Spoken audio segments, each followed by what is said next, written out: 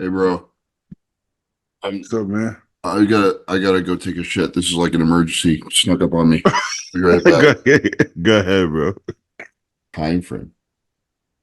You Did just you? fucking started? Did you just Bro, start the? because when Stu, I just realized when Stu left, I had paused it.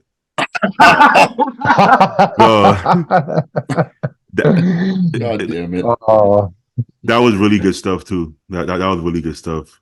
Shame Fuck on me as the you. host. I failed as the host.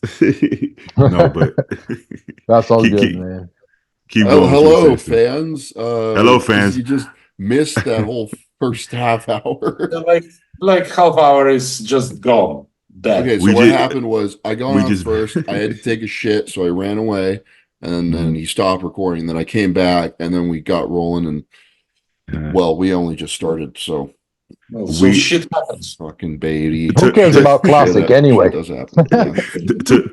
to summarize everything, we think Chris Bumstead might retire. We're not sure. We're saying that Ramon won't be as popular as C-Bum, but he'll still do a good job. And then C-Bum he has no incentive. So for C-Bum to have incentive to compete, I think the powers to be or the owner of the Olympia, whoever can do that, should provide him some kind of incentive to compete. If And before not, we then start, we have to say that we love Steve, we love Jim, we love of course Manny, we we love love all Jake Jake Wood. Wood. Yes. Jake Wood is that's my brother, man. I love I Jake actually Wood. have like a shrine in my bedroom to all those guys. Yeah, yeah. Pictures, Me, candles, me too. sculptures. Yeah, Me too. Yeah. that's Under Luke's one. Yeah, Because there yeah. is Stango He's there, right there. you see, and there is Dallas.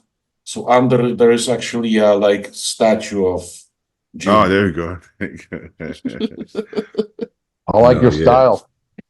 yeah, yeah. At the end of the day, man, there's just I don't see a reason for him to continue. And what I will say is that Ian didn't give like a farewell speech. Ian didn't go on and say, "Hey, I'm gonna retire." This, you know what I'm saying? He just left, and I feel like sometimes that's the best way because once you say I'm retired, it's set in stone. But sometimes you're not fully convinced. You know how he says, "I'm gonna take it 1 year at a time." Sometimes you're not fully sold that you're ready to retire or you're ready to compete. So when you leave it up in the air, you can just go by feel. What if he feels like? What if he gets to like 20 weeks out and he's like, you know what? I want to do another one. But what if he gets there and you think, I don't want to do another one? I think you should just wait until it gets closer, so you don't put that pressure on yourself that you have to compete or you don't have to compete, you know? Yeah, I feel like Chris is like he got into bodybuilding because he loved doing it, right? Not for a business thing. And he happened to become one of the most popular people in the world in the process. Like, but like he did it by kind of being himself and sharing that and competing. But like, he clearly has a love for the game, right? Beyond just like making money. So he's only going to do it if he feels like he wants to keep on competing. He still has that spirit in him. Um, I don't think it's a business. You can't possibly make a good business proposition for him to get on stage. Like the Olympia can't incentivize it money wise. Yeah, They they just don't have it in their pockets, and they wouldn't right. do it. It I would mean, have to be when you some. speak about it like a business, it wouldn't be profitable, as you said, because it's not going to like what they're going to tell him like you get 2% of Olympia brand or what? You know, there is no way that he's getting something like this. But when we speak about the money, clearly Jake Wood got loads of money. Yeah, I So Yeah, mean, but but he's not going to enough use to his personal money. incentivize him to like change his decision because like he can do what he wants. That's the whole point, right? He's not really driven by money. He doesn't need to be. yeah, So, um, like if he gets on stage, it's because he wants to keep on winning, and like I think that's the only thing that can make him do it. Also, like no businessman is going to take like his pocket money and give it to C-Bum.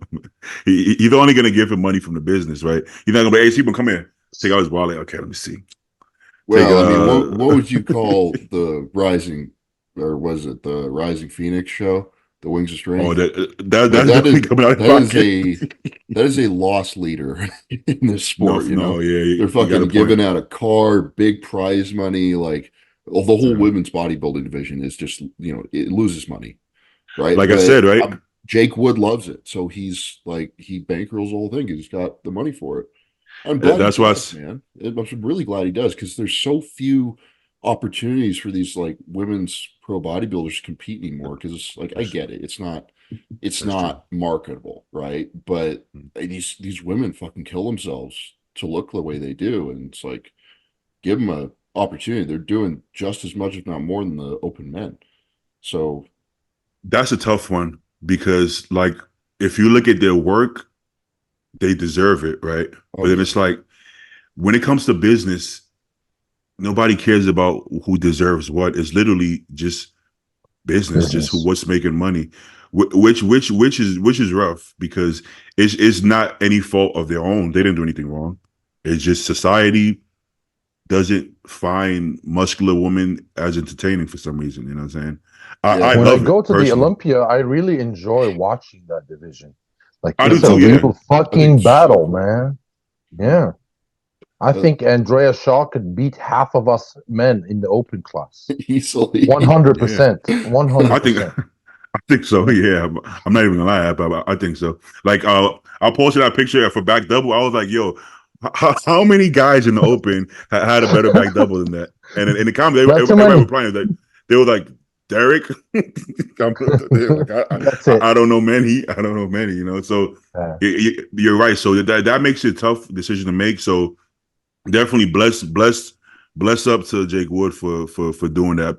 I think that was. I mean, they literally got rid of bodybuilding before. Remember before Jake It's Wood. the only reason. He's the only reason it still exists.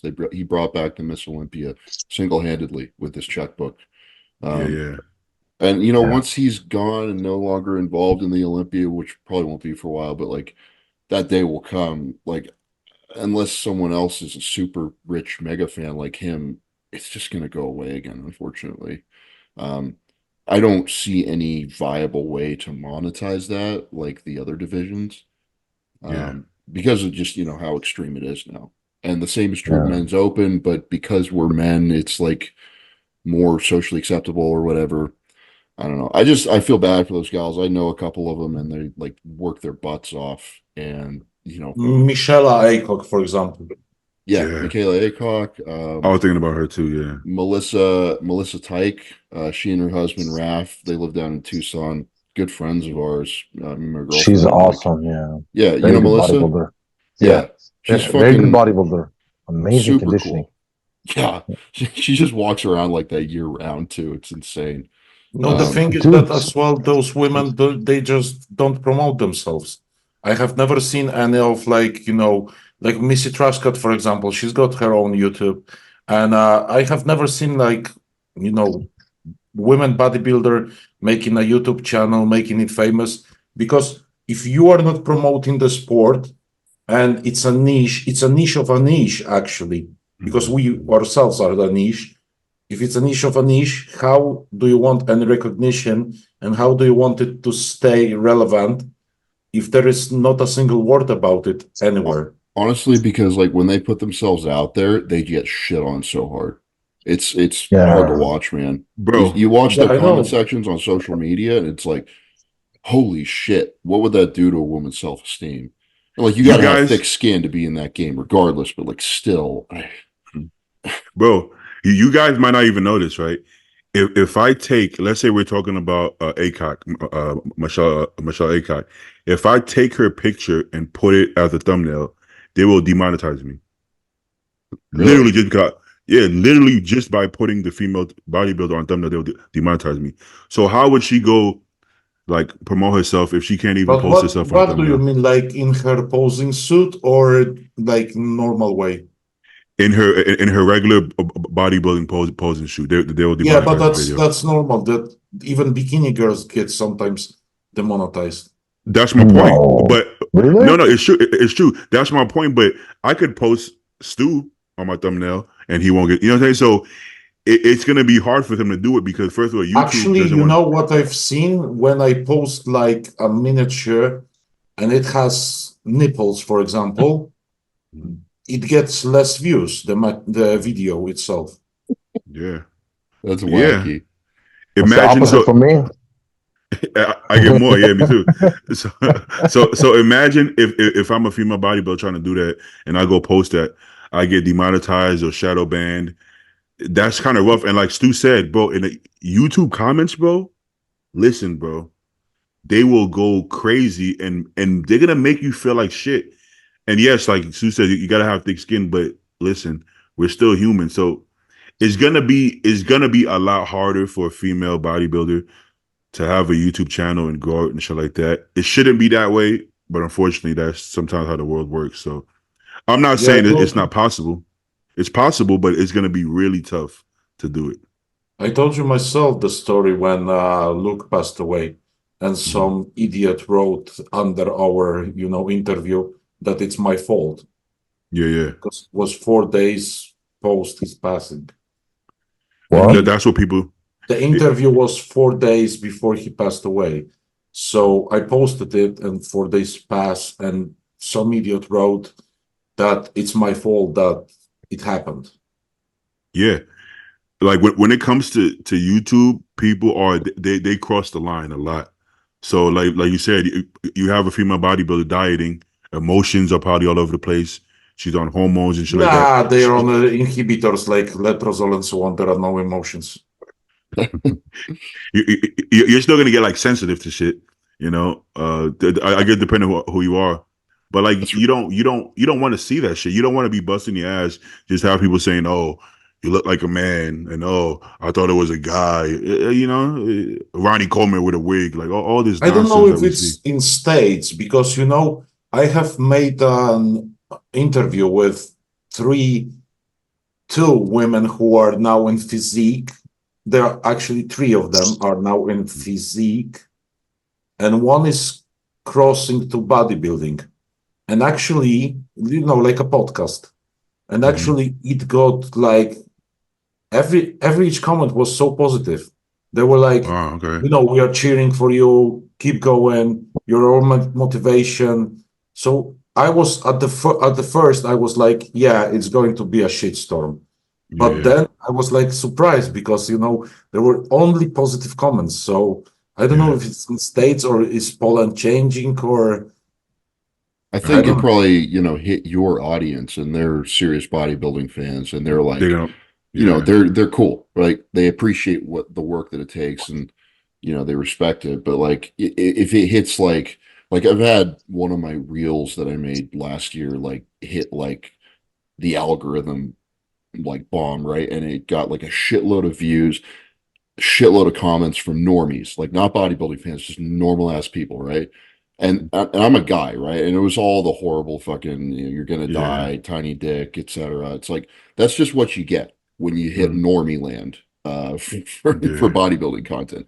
So like, yeah, you didn't have those like normal people in your Mhm. comment section. That's probably what happened. And if you want to go mainstream, like you're gonna have those people in there. It's just You will. If your video goes viral, don't read the comments, especially if you're a bodybuilder. I made a video on TikTok back when I was doing some TikTok, and it got over 1 million views. And I went and read the comments. You know what I mean? It's just not it's nonsense, bro. TikTok is the absolute worst. It's like worse than any other platform. Yeah, yeah. My my Because my it's a ex was mishmash, there are old ladies and young kids, and some people are not interested in our sport, and most of them are just like, sitting and scrolling Yeah. like whole day yeah like this. yeah yeah. My ex was doing TikTok at one point, and she had a couple of videos go viral. She ended up quitting TikTok like a couple of weeks later, just because the comments were that bad. I was like, stop fucking reading it. Stop reading the fucking I comments. just don't read the comments. She kept reading it and she stopped posting. And I'm like, I don't think you should let people let you stop posting, but also listen, we're like I said, we're still human. I'm not gonna stop over any comments, but let's not pretend like we don't have feelings. We do have feelings, but maybe just don't. If you're going down the comments and you keep seeing triggering shit, just stop going down. Stop reading the comments. I'll tell you what. So sometimes like they'll have some pretty clever insults that they'll throw at you, and you're like, Sometimes okay, it's good. that was good. That was good, Credit. yeah. But if it's just like, oh, you're saying I have a little dick again, like, thanks, dude. Thanks. It's not very creative. You're right. I think if you're a good troll, Yeah, it's I, an art. It's an art form. Exactly. You got to nail it. it's an art form. Yeah, there's some comments that I literally wrote like laughing out loud because I actually did laugh. Right. That I think those are cool. But if it's like some of them, it's like a teen like a preteen like trying to like crack jokes, and it's so bad. Yeah. I'm like, oh, that's They just not, don't come on, understand man. humor yet, you know? No, Their no. little brains haven't formed yet. It got to be edgy, maybe almost cross the line, but funny. As long as you're funny, you got my respect. Anything goes. Anything goes. Boston used to be like this. He was just on the brick of the wall. He was just standing there on the line. It was this close to cross it, but he never did. Yeah. He was really fun guy to be around. It's I know some people say like comments don't bother me, but They do. just, You are a fucking human. yeah, you can't let it affect you. You can't let it fuck up your whole fucking week. Right? That's crazy. But like if for like 20 minutes, you're kind of like, damn, am I really that ugly? I don't know. Is it really that small? Yeah, I'm never gonna turn pro because my calves. I think I could grow my calves. Like you could think about it a little bit, but if I'm at the gym 3 hours later and I'm fucking crying, bro, like chill out.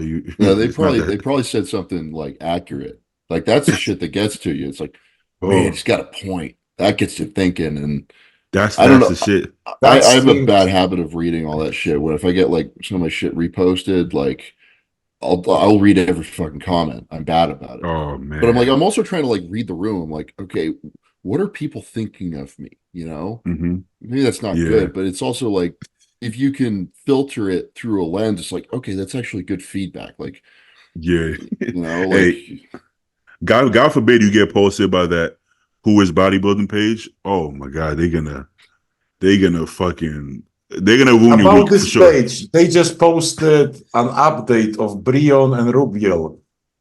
Standing next to, could you share it, maybe? When even was that? Like, because it was like now. Really? So Leon must be in South America then? Yeah, they were on this Java Labs trip. Oh, is Breon with Java? Yeah. Oh, okay. What the hell is Breon doing? Hey, hold up. Java Labs is a South American. By the Java Labs. Okay. All right, let me pull up my. Or he was, with Cormier, this Cormier company. Oh yeah. That's his coach too. Yeah. Okay. Why do I keep doing that? Be careful. What are you guys seeing right now? Like Zoom. Timestamp. Okay, let me. My bad. Technical difficulties. I told you guys I'm the worst. I'm the worst host. Why is it showing me that? Okay, boom. We good? Yeah, I've messaged you. I sent you this. Don't go to the DMs, bro. No, just go to this heart. I don't even like the fact that you can see my searches. That makes me comfortable. All right. The second one. Oh, here we go. Oh, and that's now? Yeah. He wasn't dieting. He wasn't dieting for that show. I said that this visa has. Read the comment. Oh yeah, I see it. Visa had too many cakes. but did we say that when it was his birthday? We were like, I don't think most bodybuilders are. How many birthday do you have to? Do you need to have to look like this? Man, I'm not being even offensive. He just fucking crossed the line. I'll bet this guy is just like Beatty, where he has to fucking kill himself to get in shape. And like knowing that, like knowing that there's guys out there like that who just really struggle with their condition, I'm never just going to be like, oh, he's eating cakes, even though he was eating a cake. Right? Yeah, but he was eating cakes. He was eating cake. But like, I'm not just going to assume they're cheating on their diet because, like, maybe he is, but maybe he just like. But it's documented that he is. Yeah. You okay. Yeah. but also like I can't use that as an excuse, right? Like if right, I'm not going to sit here and talk shit about you because you're not in shape. No, because I know you pushed 3 times as hard as I did to get in the condition that you were in. You know, like Akeem Williams. When people are just like, oh, I bet he's cheating on his diet, or like, why can't he just nail it? Because like, dude, he literally can't. He's been doing this for like 15 years. You know, I heard that he has to do like 3 hours of cardio and basically nothing. The only thing is, right, if you're in the competitive season, I don't know if he's doing UK or New York, you have to make sure you don't let yourself get past a certain point, knowing your body, right? So it's like, granted, you can rebound really, really bad, really fast if you don't have the best metabolism, right? It only takes me a few days. Within 3 days, I can look completely different, right? But knowing that, if I know I have another show, because I did the Cal, and then I had USA's 9 weeks later. 9 weeks for somebody, they can have a full rebound and fucking still get in shape. 9 weeks for me, I know I don't want to get above a certain weight, so I'm like, okay, 265 can't cross that line. I would rather stay at like 260, and I pretty much stayed like around 260 for the whole time, right? So you got to be careful. Now, yeah, I would assume, judging by his body type, that he probably doesn't have a hard time staying lean and getting lean for sure. Just from the roundness and the complexion and shit like that, you know. And I'm sure Breon is probably having cheat meals and eating a lot of food, but Breon looks fucking great, you know. But I just don't like, the fact that he was saying like it was the visa issue. Why don't you just say that it is, you'd like to spend some time with your family towards to act like you are competing and make all of the buzz around yourself?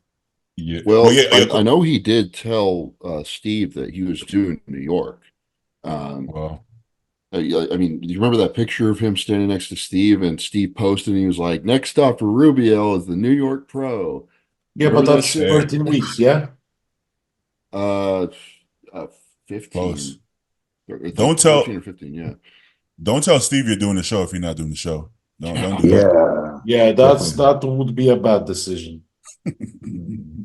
Honestly, bro, like David said, like, don't tell anybody you're doing the show if you're not, you know what I'm saying? It's like once you commit, you got to get it done, bro. It almost doesn't matter. Like if you're behind, get ahead. I don't know. That's your job. Do fucking DNP or what's the other one called? Helios. No, that liquid. Oh, liquid. The liquid death, the peptide. I don't even remember it. Adipose. Still, when you compete as a pro, actually, do you have like any deadline besides the, like Arnold, the invitational things to sign up your contract? Like, you have to do it like 2 weeks before the show, 5 days before the show. It's 1 week. I believe it's 1 week. Yeah, that's what BOYZ said, that you don't really have to tell anyone that you are competing if it's 1 week. Well, so actually, it's funny you mentioned that. I was talking to Garrett, whose coach is Justin Compton, and Justin was telling him, it was like, because I talked to Garrett about like doing multiple shows this year, and Justin said, don't tell anybody, or like don't make it public that you're doing a bunch of shows. I've already talked about it on here, right? But like, oh well, because it kind of gives them like license to, place you. No, if they know you're going to be doing more shows later in the season, and you want to qualify, then like maybe they don't let you qualify right off the bat, and they make you compete more. And does that make sense? Yeah, I'm trying to say that in a politically correct way, and I'm failing to do so. Let's just say that Nick is competing, and it's going to be hard to beat him on the New York. Yeah, right. Yeah, it's like keep I think you should keep it to yourself. Yeah, because you say, okay, I'm doing the Arnold UK, I'm doing New York. Then you don't go to the Arnold because so you say Visa, but Chris Cormier said that it's pizza. yeah. Dude, I think he's better with the one-liners and the quips than we are, and we don't even speak like that's a I need second a language, bro. TikTok. I need a better TikTok editor. I like that one. Yeah. So he just spent time with his family and he couldn't stop eating. I mean, just do it. No one is forcing you to do a shit. Yeah, bro. He's in Colombia. He's not in Iraq. You know what I'm saying? He's like, come on, let's be real. Colombia. How many Colombians come to America? I mean, it's probably a lot actually. Right now, like it's join a caravan, go. You just have a little bit of time before the presidential thing changes. Yeah, I'm from New York. Changes. Once it changes, the wall is going to be this high. 10 feet taller. We're not getting into politics on this one, bro. No, but you live in California, Zay. Shoot. Just cut it out. Fuck it, man. I became a citizen to exercise this fucking right. I'm gonna exercise. He did it the right way, bro. He's like, get them all out. For the record, I voted for Kanye a few years back. My man. So, my dude. No, it's like I'm from New York, bro. There's a lot of Colombians in New York, right? They didn't seem to have issues with their visa. Is there going to be any visa for the states? Like people who live in states to come to the Europe? Because I heard about something like this. I did hear that, but I don't think that's now. I think that's in a few years. That's 2025. I heard. Yeah. So I mean, the reason they have free travel for U.S. citizens in Europe is because we prop up their fucking tourist industry like hugely. Yeah. Right. So like there's so much money there that like if you make it hard for us to come over and visit and see the fucking Coliseum or whatever, you get fucked. Like it's gonna really hurt their economies. Probably. And I mean, Americans love to eat. We're gonna go spend a bunch of money, buy a bunch of pizza, and do a bunch of touristy American. You ever had like legit Italian pizza? No. Oh, it's this small of a. It's not like pizza. In States you have like this big fat thing. In Italy it's like small little cake with a little bit of meat. It's not really even. It has like 1,000 calories. Well, they also they make like a kind of like a rectangular type of pizza, and they at the pizzerias like they slice it up like this. They don't make like a pizza circle slice, and they sell it by the pound. So they'll just throw it on a scale for you, and then you walk out with like a pound and a half of pizza, or like kilo, I guess, whatever fucking stupid units they use. You guys ever had pizza in New York? No. Actually, right by. Oh, you have Zay? Yeah. So right by that where they're gonna have New York Pro, that Marriott in Teaneck, New Jersey. If they still have it there, I'm pretty sure. They're the spot maybe 15 minutes from there called Victor's Pizza. They have the best sandwiches, the Philly cheesesteaks, you name it. The Philly cheesesteaks there are better than the cheesesteaks in Philly. And then the pizza, oh man, fucking mwah. Fucking another level. Bro, I got the Cal next weekend. Don't fucking tell me that. Come on. Low key, I think I want to come out for New York Pro, man. I think I want to come out. A bunch of the guys from the Discord are going to be up there. We're going to have a little get together up there around then. I've heard a couple other people are going to be just coming out to it. It's a big ass show, dude. It's always an event. So yeah, Ken is there, right? Yeah. You're going to be there. Nick we'll is go there together, now. Beatty. What do you think? I'm down. Let's do it. Let's do like a Friday night live podcast from my hotel room when I'm all tanned up and shit. Yeah, that'll be great, dude. we can have Ken on there. Nick probably won't join because he's going to be in the zone when it's show day. Nick. No, that's how we fuck him up. That's how we fuck him up. We pull him into the podcast and we start poking him. It's my only hope. Throw him off his game. Yeah, throw him off game. You know? Yeah, like give him a drink and like spike it with something. I don't know. We'll be rooting for you, Stu. Just so you know, even if Nick's there, we're gonna be rooting for you, bro. We don't be like, boo, hey, boo, Nick, boo. Let's go, Stu. No, you just stay quiet. When Stu comes on, we fire it up. Nah, I'm fucking with you. Hey, but it's like I don't think I've ever been to a show where I'm cheering for multiple people. Because at the Cal, I'm gonna be cheering for a lot of people. Is that weird? Is that weird? Yeah. I don't know. Dude, the thing is, like, me and Joe and Paul, like, we're not really competing to win yet. You know, we're not like, so like, yeah, we'll place wherever the fuck we place, but like, you all just want us to do good. And like, the pro shows are just fucking cool, you know, like they're big experiences. So, yeah. It's not I guess at the USA. Talk about this raising money, by the way, because the money is being raised as the first place and second. It's prize money. 5K. Can I pull something up? Is there like a video? No, I'm gonna pull it up. We can just talk about it. But yeah, they got a new sponsor. Is it the same? It's the same sponsor, same company, right? Yeah. So the story is there's Uprising Extracts, which was started by Guy and a couple other folks like over a year ago now. And they've been, you know, selling kratom in the bodybuilding kind of sphere for a little bit. They just got bought out, or a portion of them got bought by MIT45. And I don't know if they're like owned by them now or like just a partnership or what, but MIT45 is a much larger, like kind of like general kratom company. And they're putting a bunch of money into the prize pool for first and second places at all the open pro shows. So it's cool. Well, was Uprising doing that well that they felt that they needed to buy it? If I had to guess, I think so Guy and his business partners were like starting at like they're building a foothold of that business in the bodybuilding kind of like fitness sphere. I don't think MIT45 was really in this like kind of sphere previously. So like now they buy them out, like they've got a gateway, a pathway into like this new market, which is like bodybuilding and fitness and stuff.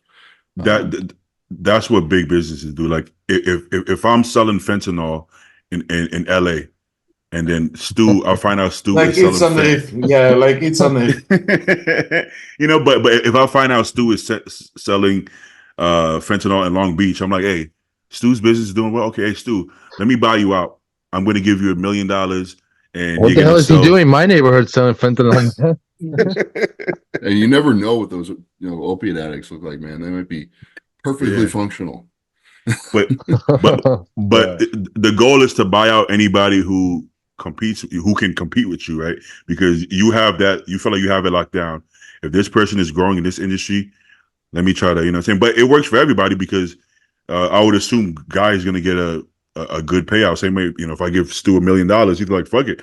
I don't got to sell fentanyl. I got $1 million. Fuck that. Yeah, I think Guy's definitely getting paid, and his business partners too, but I think he's still going to be involved because like they didn't just dissolve the Uprising Extracts group, you know, smart. Nick is still promoting it. You know, there's other guys like Jordan Hutchinson. He just started up with MIT45, not with Uprising, but I don't really know. I'd like to talk to Guy at some point. Didn't like Marshawn join them as well? Marshawn Lynch? Marshawn Lynch? No, Marshawn. As the feedback. Martin. Marty. Martin. Yeah, he did. The Martian. Yeah. He's with MIT45. I thought you said with Marshawn Lynch. I'm like, damn, they doing business. Man, that kid's like a hero. That dude's a hero of my childhood, man. When he like just ran through people's faces in like 2012, 2013. Yeah, from Seattle, you know, it was a good time. Has any of you guys ever tried kratom? Zaid? I just heard that How did I know Zaid tried kratom? Because we sell it at the store where I work. Those drinks, the White Rabbit drinks. Both. We have the drinks and the pills, and we have liquid and powder actually. So we got all of it.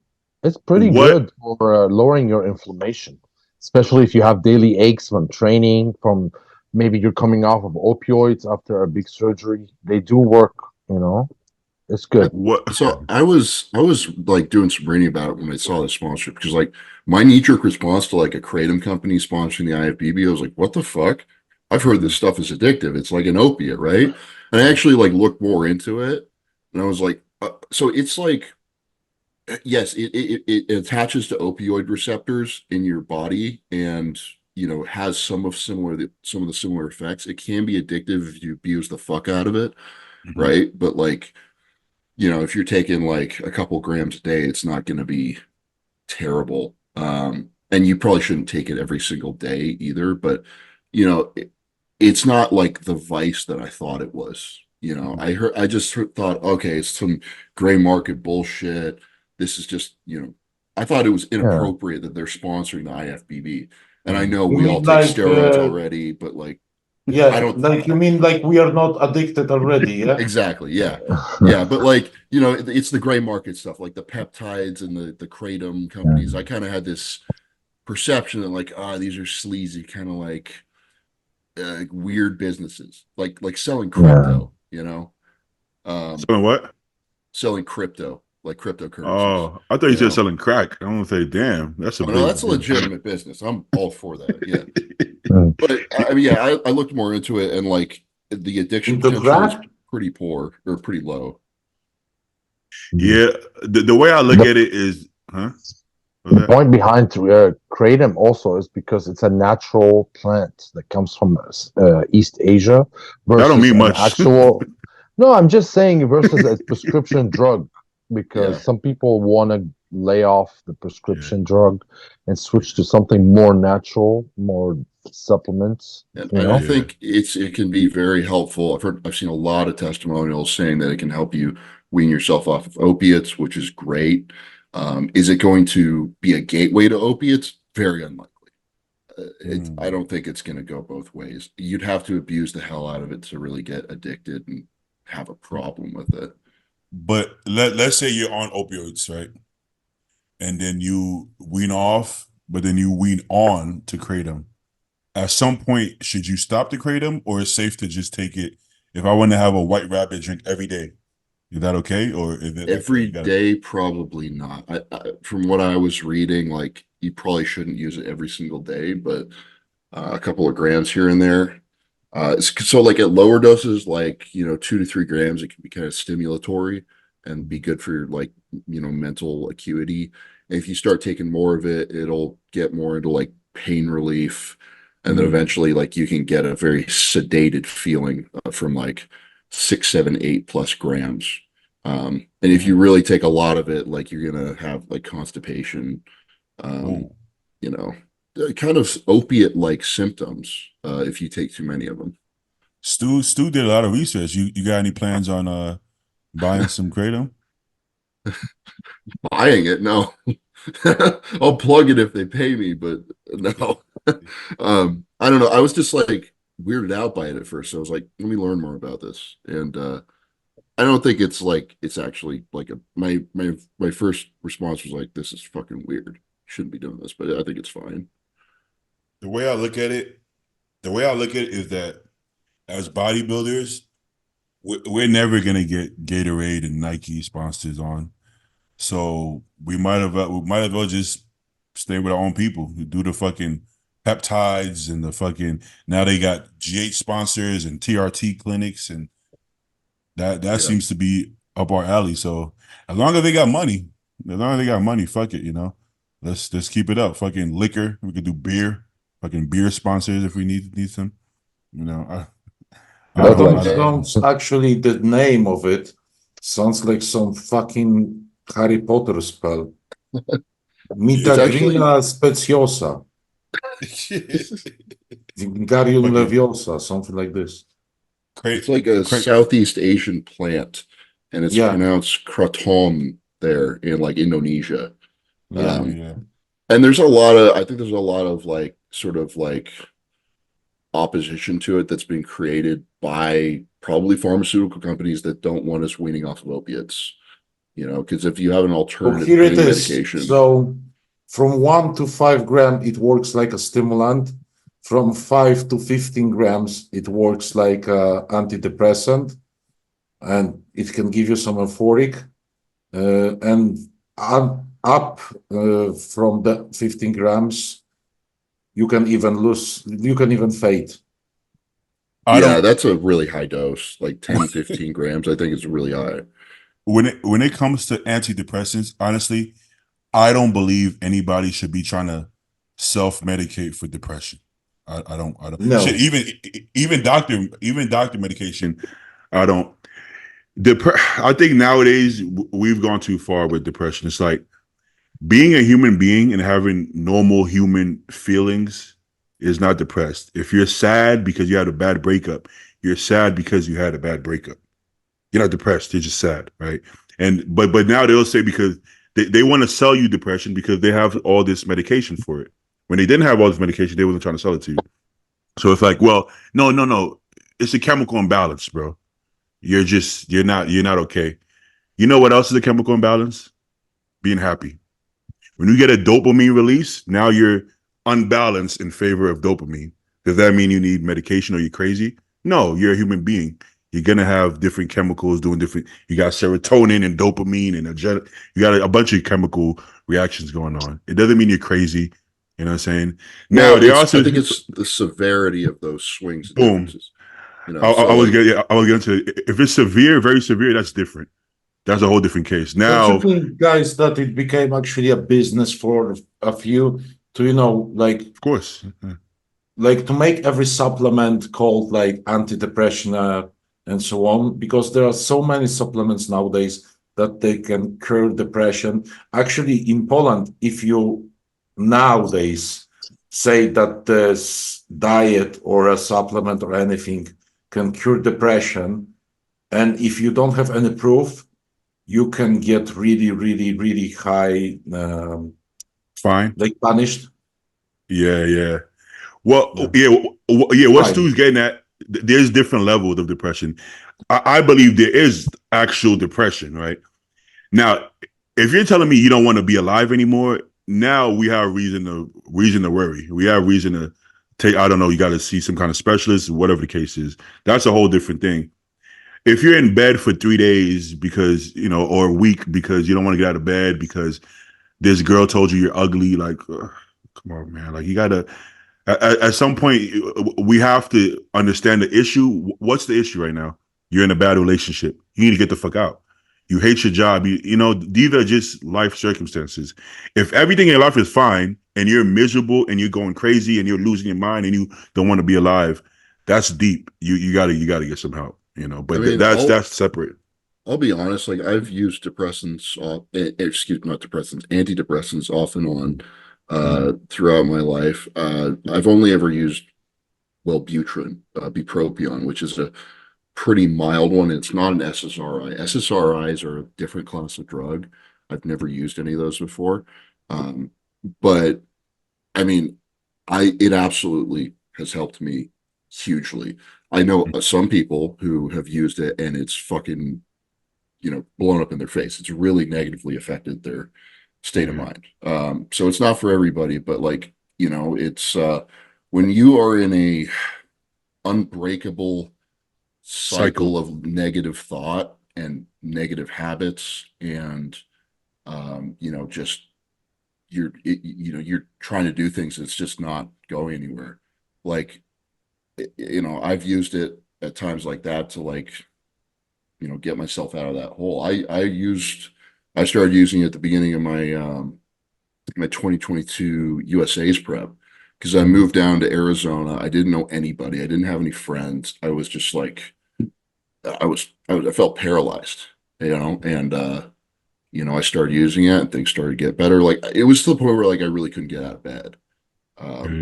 And I've used it. I took a break and started using it again, probably 5 or 6 months ago. But it is useful for me but I know that drug works for me. It can be a bitch trying to find a medication that works, and it shouldn't be your first option. Um, but eventually I'd like to not need to take it. I still feel the need to take it right now, though. That's Unfortunately, that's really good that you're talking about this, because I've never actually talked to somebody who openly told me that they're using this or that, right? So, like I said, people can be extreme, right? Like what I just said, right? I'm like, okay, there's levels to this, and you have to understand what level you're at. There's some people that'll say, no, no, no, no, no. There's no such thing as depression. Just get up and go, pull right? up your bootstraps, bro. Yeah, Yeah, shoot up. yeah, you know what I'm saying? You're just not so, or even addiction, right? Some people think, no, just stop. Do it for your kids. Like, what kind of man are you? And it's like, I don't think it's that simple, man. I don't think it's that Yeah, I mean, simple. they've never been addicted to something. It's simple as that. And That's like my whole thing. when I'm fucking in the dumps, when I felt that I needed to start taking that medication, like I I almost felt addicted to being in that state, as bizarre as that sounds. Yeah, yeah. No, it sounds I don't know how normal. to explain it, but yeah, it's Because you finally felt normal yeah. and you wanted Yeah. to just feel normal, not feel like depressed, sad, and so on. Because there are two ways that we can look at it, actually. One that we spoke already about, that people are, especially men, they're hiding everything and they don't want to speak about anything because we think that just no one gives a fuck about what we say and what we feel, or we are made like this, to be a tough guy, because otherwise, when you speak about your weaknesses, you are a pussy, which Sibam showed the greatest achievement that Sibam has done for the bodybuilding and for the fitness industry. He showed his weaknesses and he showed that he's a human being. That's why people actually root for him, because they found him like one of their kind. And the second thing is, as you guys said, we have a really weak society. People are now just searching for problems. That's the first thing. They are addicted to the dopamine. They get it from everywhere, from the phone, from their porn. Then they can't find out women because, they saw this beautiful one on the video and their standards are just this high, even though they are there. And when you have people who are just making shit up, the first group is actually being even more scared of opening up because they think that they're going to be put into the second basket. Mhm. So that's What the way everyone wants to just feel normal. That's why you took any pill. Like, I for think, example, You there are need to some do people who other take shit tren. first. huh? There are some people who take tren. Why? Because it numbs their emotion. Yeah, Not it me. does. It I can. I don't feel numb on trend. I feel too stimulated, bro. I feel overly stimulated. And I feel I get, nothing, like actually nothing. um, Yeah, I I get don't. like very stimulated, and then I get like definitely more emotionally cold. Yeah. I can't help it. I can still be there as a partner for my girlfriend and everything, but I'm not as good at it. I'll admit that. But that's the different kind of being. Yeah. It's like just being there. You're not really like there. You are there as a person, as an object, not as someone who can show his emotions when it's needed and so on. Especially to the only person that you can really, show these emotions to. Yeah. I think like I remember Ian spoke at some point on the podcast on the Fuad podcast about how he was taking antidepressants. I don't remember which one, but he said it made a huge difference. It was a huge positive thing for him. I mean, it might be more common than you realize. I don't feel ashamed talking about it because it's like, it's just a medication that's helping me fix something that I am dealing with. Um, so what's to be ashamed of there? But I don't, like I said, it shouldn't be the first response. Like you go outside, fucking touch grass, exercise, get yourself in shape, try to talk to some people first, right? But like, and make a genuine effort at it. But like, don't just go straight to pills because The that's not the right way to do it. the general kind of consensus and viewpoint of people who take antidepressants, right? They're usually imagining like this, like kind of like shy, weak guy who's awkward and scared, like not like so. Yeah, you just said Ian, so you and Ian are people that I would consider very strong-minded guys, right? Like what I'm saying, you guys can get anything done. You guys like you're not somebody who's like, oh no, I don't know about like you're gonna get the job done, right? But that's not usually like I think we usually assume that it's going to be a weak-minded person who gets depressed, but then that's not necessarily the case. You know what I'm saying? Because like I said, you and Ian, nobody's going to say, oh, these guys are weak-minded. That's just not you guys' personality. It's the opposite. So I think it's interesting to see that side because we don't necessarily see those kind of people talk about that because we're usually seeing kind of like the you know what I'm talking about, right? Like we kind of associate it with like a weak-minded person who isn't at a high level of anything and who isn't getting the job done, day in, You day think out. that like a high performing person is just going to be happy with their life and how things are because I mean, look at their life. It's so great, right? And it's not really the case. I mean, there's a direct correlation between high intelligence and high rates of depression, and there's a correlation between high intelligence and high earners. So like money doesn't fix this problem. It's not really what's the issue is. Um, There's a reason why children are always happy, right, and smiling, right? Because their intelligence isn't to a certain point. yeah, they're The more oblivious. Some people, Exactly. some people spend their whole fucking lives like that. Room temperature IQ people are happy people because they don't know any Yeah. better, man. Good for them. I'm almost jealous, right? the smarter and more open-minded you are, and the more you know, the deeper of a thinker you are, is usually when you're gonna have also the negative thoughts, right? When I was in my 20s, I wasn't that deep of a thinker. I was just like a doer. I was always kind of happy because everything I was oblivious, like you said, right? I wasn't thinking about any real shit. But now at 31, from everything I've been through, like I'm so my brain thinks about everything. It's like my thoughts are so vast that I find myself I could spiral if I let it happen because I'm more intelligent. I'm more intelligent than I was back then. So there's definitely a correlation. The more you know, the harder it can be, right? Sometimes even the more successful you get, you think you're going to be happier or life is easier, but that's not necessarily it. Sometimes No, when I'm, yeah, sometimes when I'm doing my best is when I don't want to say I feel my worst, but when a lot of these thoughts creep in because there's more on the line. There's more pressure, but there's also more on the line. You have more to lose because you have so much going on. So it's this no, correlation actually, that some people, because to use the word of the performance, actually, some people who are really deeply depressed use the performance as their runaway because they work so much not to think about the shit that is going around. That's why you have people like, who sleep for 4 hours and then work for like, 20, because that's the only thing once they get tired as fuck, that's the only way that they can sleep those 4 hours. And for the rest of the time, they're just putting all of their thoughts into something else, just not to think about the worst thing that is going on around their lives. yeah. I don't know, but I think it's going to be a person to person basis. But I think what Stu was trying to say earlier is he wasn't trying to say that he got used to. I feel like you were trying to say you almost got used to feeling depressed, that you almost comfortable being depressed. Was that what Well, you was getting at earlier?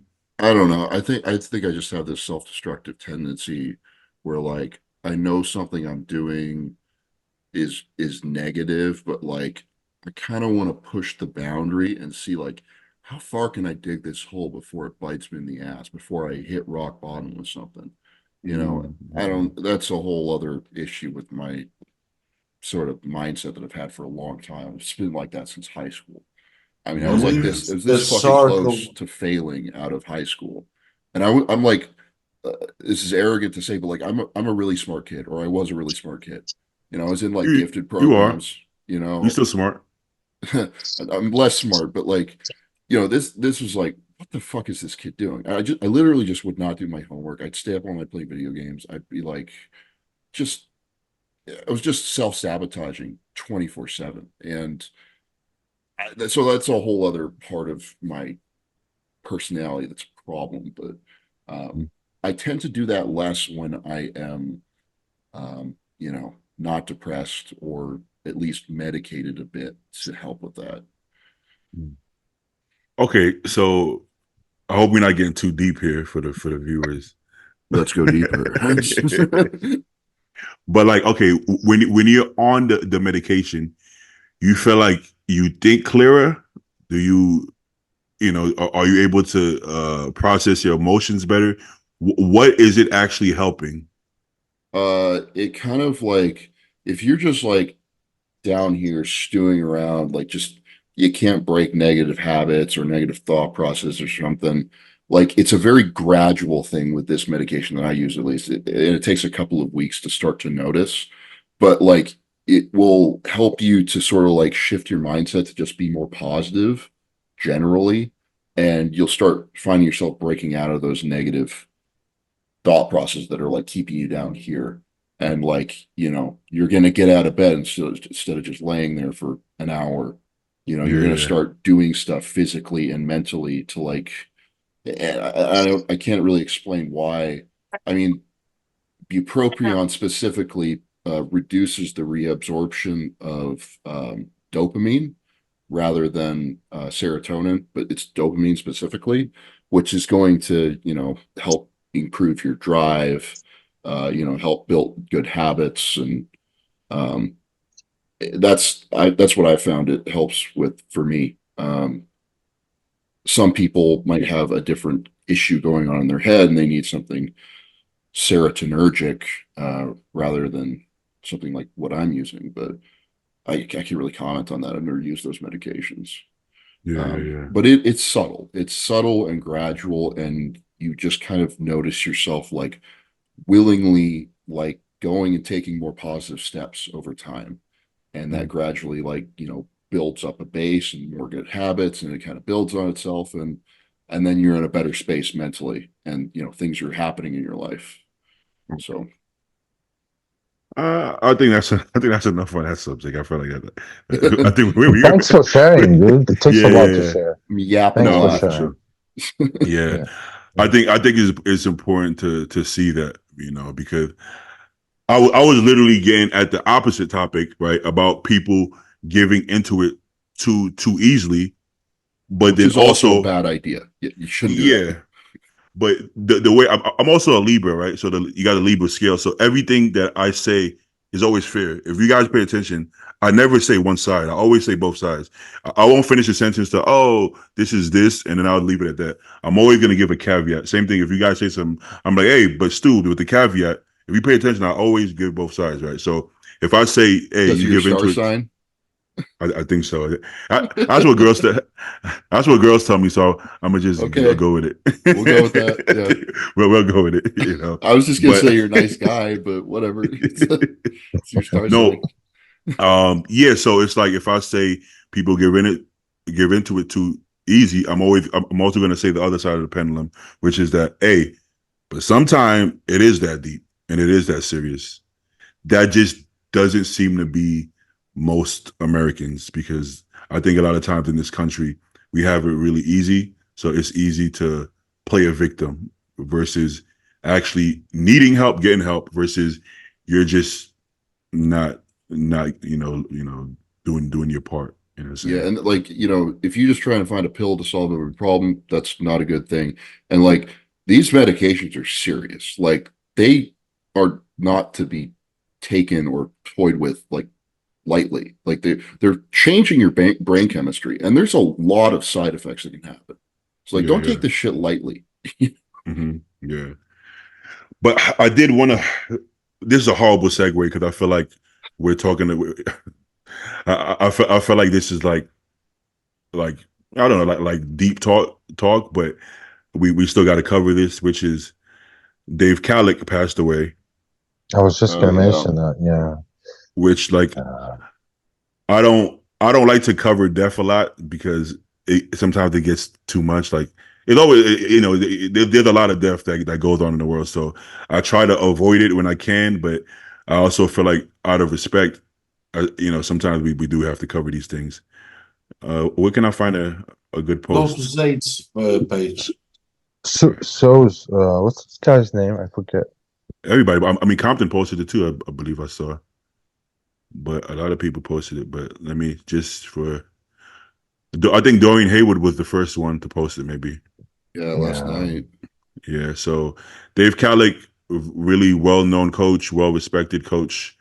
Um, I know he was really close with Stan McQuaid, which is a good friend of mine, and I'm pretty sure they ran that business together, Physique Inc.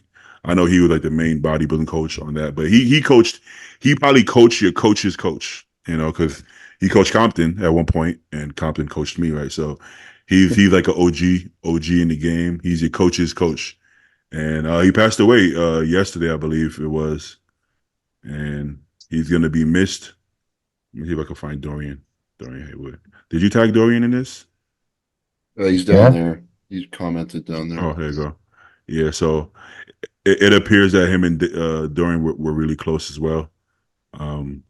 I didn't know him personally, but obviously I knew of him through mutual friends.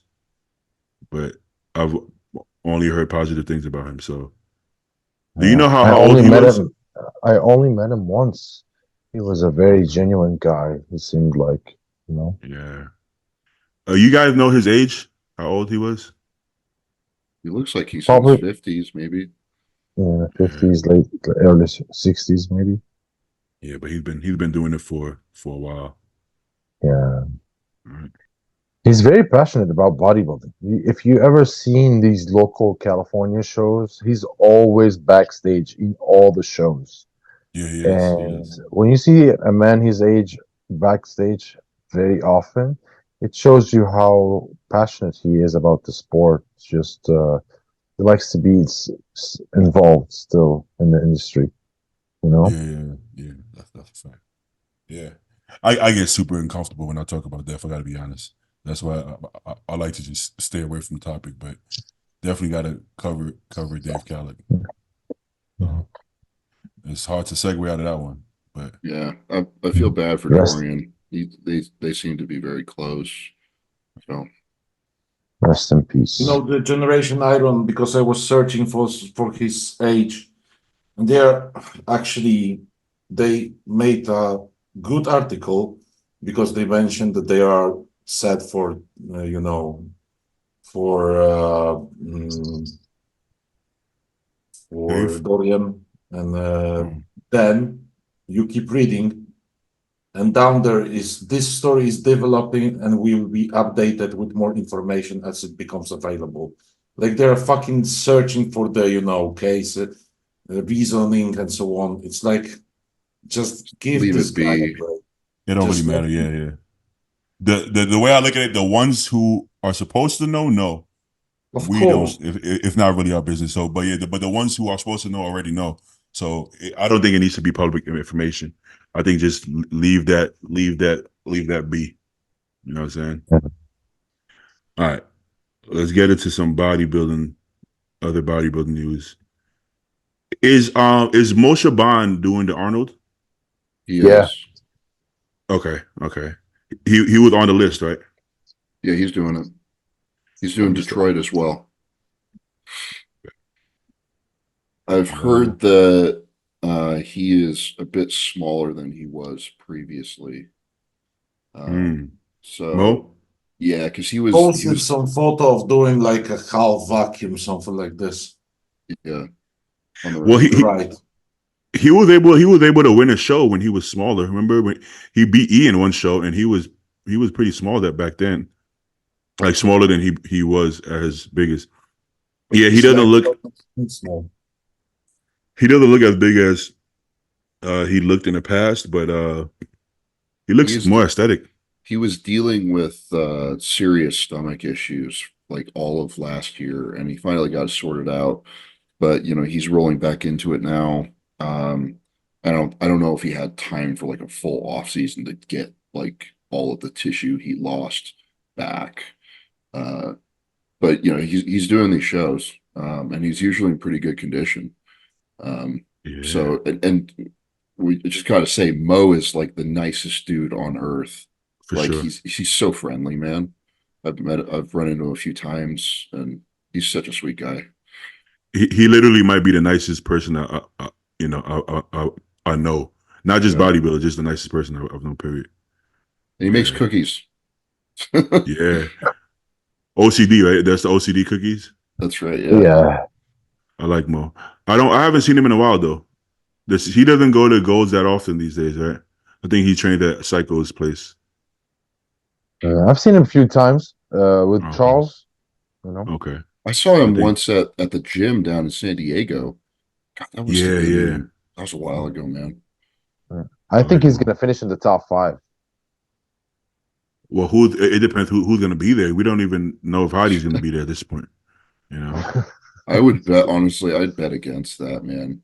me too. If he's Me not in the too. US, because he's in the US at like 4 or 5 weeks out from the Olympia every year.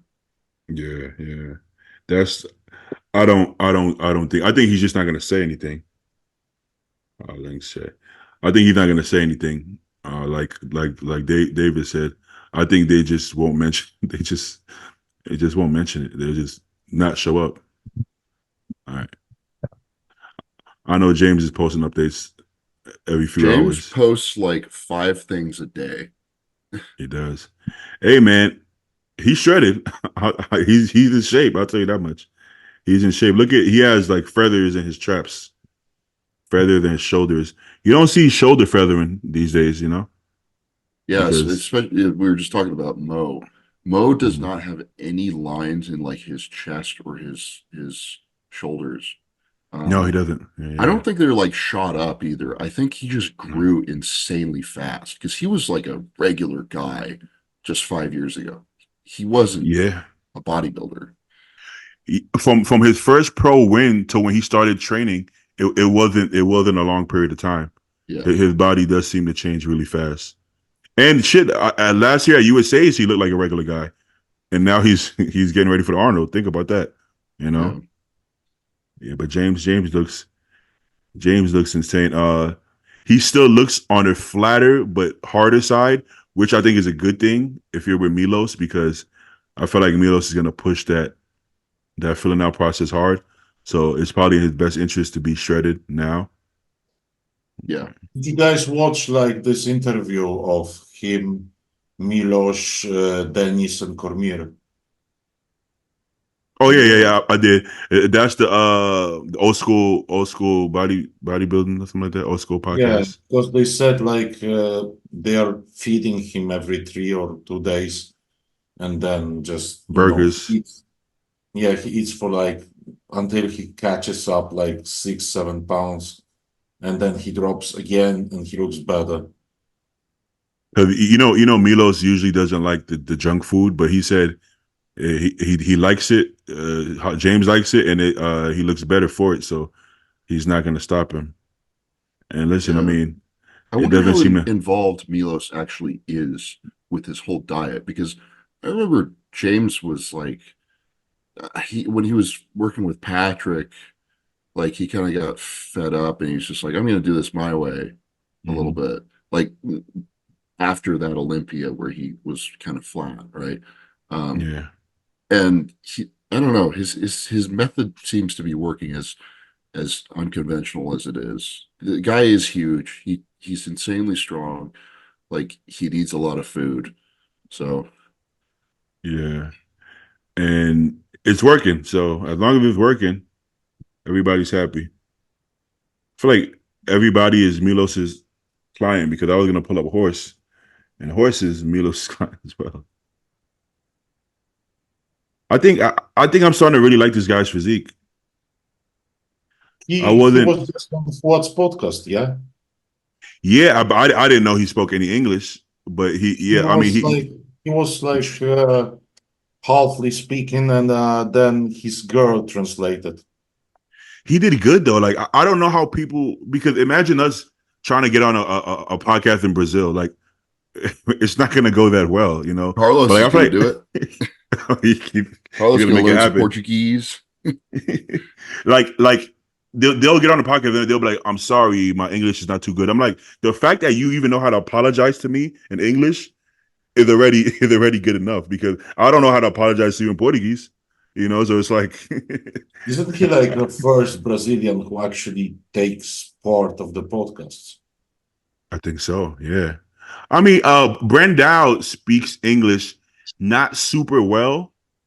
I mean, he speaks it well, I guess, but he has a really thick accent, and there's some words, because I was talking to him at Goals, and then some of the things I would say, his buddy next to him would like, will say it to him again in Portuguese. So he doesn't speak it that well, but good enough, I guess.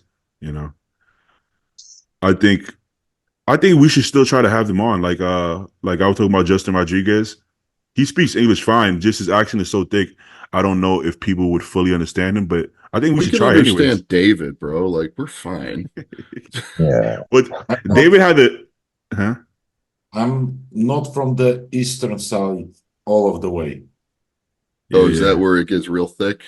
Yeah, just like, you know, when we were in the USA, exactly, you know. He's doing David like also- a hick Polish accent. Well, Yeah. David also had a really good grasp on the English. Hey, by the way, English guys, put again this photo, please. This The one. last one. Doesn't it seem like he's like painted there Oh, right here, right? A little bit. everywhere? There's some, That's just image tweaking, but it doesn't look Photoshopped. Yeah, I'm not saying it's photoshopped. It's just it looks like I he didn't notice used that too tonight. much of the sharpening effect. Yeah. It's funny that like pro bodybuilders don't need any of that shit, but they do it anyways. They do it anyway. Because we Yeah. all get into bodybuilding because of complex. Yeah. I think Really? I don't think I've ever I seen got in the Zayd sport use a to get filter. strong. Fuck that shit, man. Maybe a few years back, I stopped doing this thing. I stopped. Yeah, You I know? don't think I've seen, yeah. Like filters are normal nowadays, but I feel like when you start seeing like warped images and shit, that's like I don't know. I don't know. Sometimes like the image processing on cell phone cameras is so intense that like it'll like my camera, it takes really good looking pictures of like my physique, but it's almost like too good. Like it's changing something. Like it's almost filtering it as soon as it takes the picture. Yeah, It's I just understand. image processing technology that every phone's going to look a little different. One time they had accused Samson of, I think it was a Photoshop of his hamstring, and then he posted the video, and it looked exactly the same. So Yeah. Yeah. Goob, you know what Goob said, that if you're getting a text while you're taking a picture, that it can get that distortion. Yeah, Because when you and post- like the shakiness, like when you're filming with an iPhone, you're shaking like a leaf. You don't realize it though, because like they have all Yeah. this smoothing technology with the video camera that makes it look Yeah. good. Once you're proven on stage, it doesn't matter at that point. Like, I'm never gonna see a picture of Samson and be like, I don't know, guys. It's like, bro, we talking about Samson. Yeah. Like what the fuck? Like at that point, it's irrelevant. It's like, okay, he's third in the world, so I'm not even gonna look into it. You know. Now, if it's a good veto, I might. Look Yeah, I into was about to say. Can't trust Poor the Another guy. one, Lebowskis. another one with no visa. Oh yeah. But he's in Brazil. I don't know. I don't feel like it should be that hard. He's doing the Arnold Brazil. Let me actually pull up Vito. Yeah, don't. Why isn't it coming up? Vito. Yeah, he's doing the Arnold Brazil, I heard. But you can't. Did he say it himself? What the fuck? Did he say it himself, or did who is bodybuilding say it? Because they like to take the liberty. Yeah. Check maybe the there's that. third photo. That's fine. Third from the. Oh. Oh yeah. Wait. Participano da competición. Yeah, I don't know about this. See translation. Oh, let me see. Picture with guns, landlord. By the way, because we already laughed about it with someone, do you guys find it just like so sweet when Hadi writes descriptions under his post? I love He's it. like, it's so hard being hard. And you're like, yeah, Hadi, we understand. Yeah, he says some random shit. He's like, "Stop talking about me, brother." I'm like, "Yo, who's talking about him?" And Yeah, who's or talking about like, brother, come, I'm bored. And I actually I can read it in his accent. yeah, that's hilarious. Fuck. We're getting the memo though. Like he's Yeah, he's running his mouth. He's talking some shit. We like it. who is he? Who is he talking about, bro? Nobody knows. Like That's the Samson. funny part.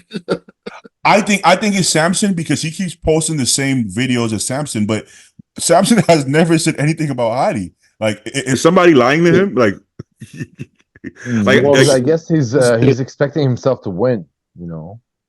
So Yeah, that's yeah. exactly what Zaid said. That Samson said that he's just going to win. I mean, that's what you should believe. You know, I Yeah, don't know. you're like, third in the world. Last time you won Arnold, and you're going to be like, nah, I'm going to get second. Yeah, come on, man. I Why mean, bother? listen, it's possible. I think Samson is capable. Like doing it and capable is one thing, but he's capable, so he should definitely believe that. You know, Stu says that Hadi deserves to win. yeah. That's Yes, he does. hey, That was David. an Icon podcast. What's your thoughts on Good Vito? Do you think he's gonna qualify this year? No, Do you think this is a real picture on the right? Edited?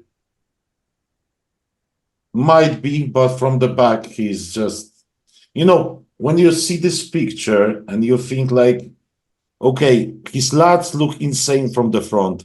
Why he has no lats from the back?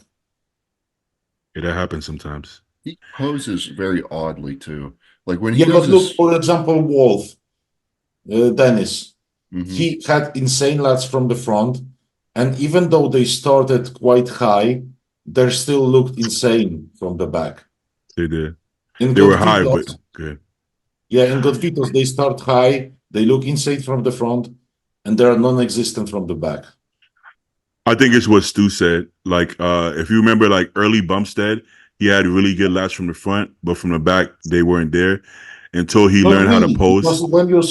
when you look at the Bumstead when he was starting, and from his photos on the stage, the stage photos, when he was doing the lat spread, yeah, it came up. But when he was doing the front double, it was more square like this. Mhm. Now it's like, round. Yeah, no. That's what I'm getting at. He completely changed the way he poses it because he used to pose his back double like a front double, so his Yeah. lats will pop out the front. But when you pop your lats to the front, you lose it from behind, right? You can't have your lats pop out from the front and the back at the same time, right? So he will pop it forward and they would completely disappear. Now he flexes his abs and caves his back in like a lat spread, right? Like on a lat spread, it looks good. So he basically hits a lat spread and lifts his arms up.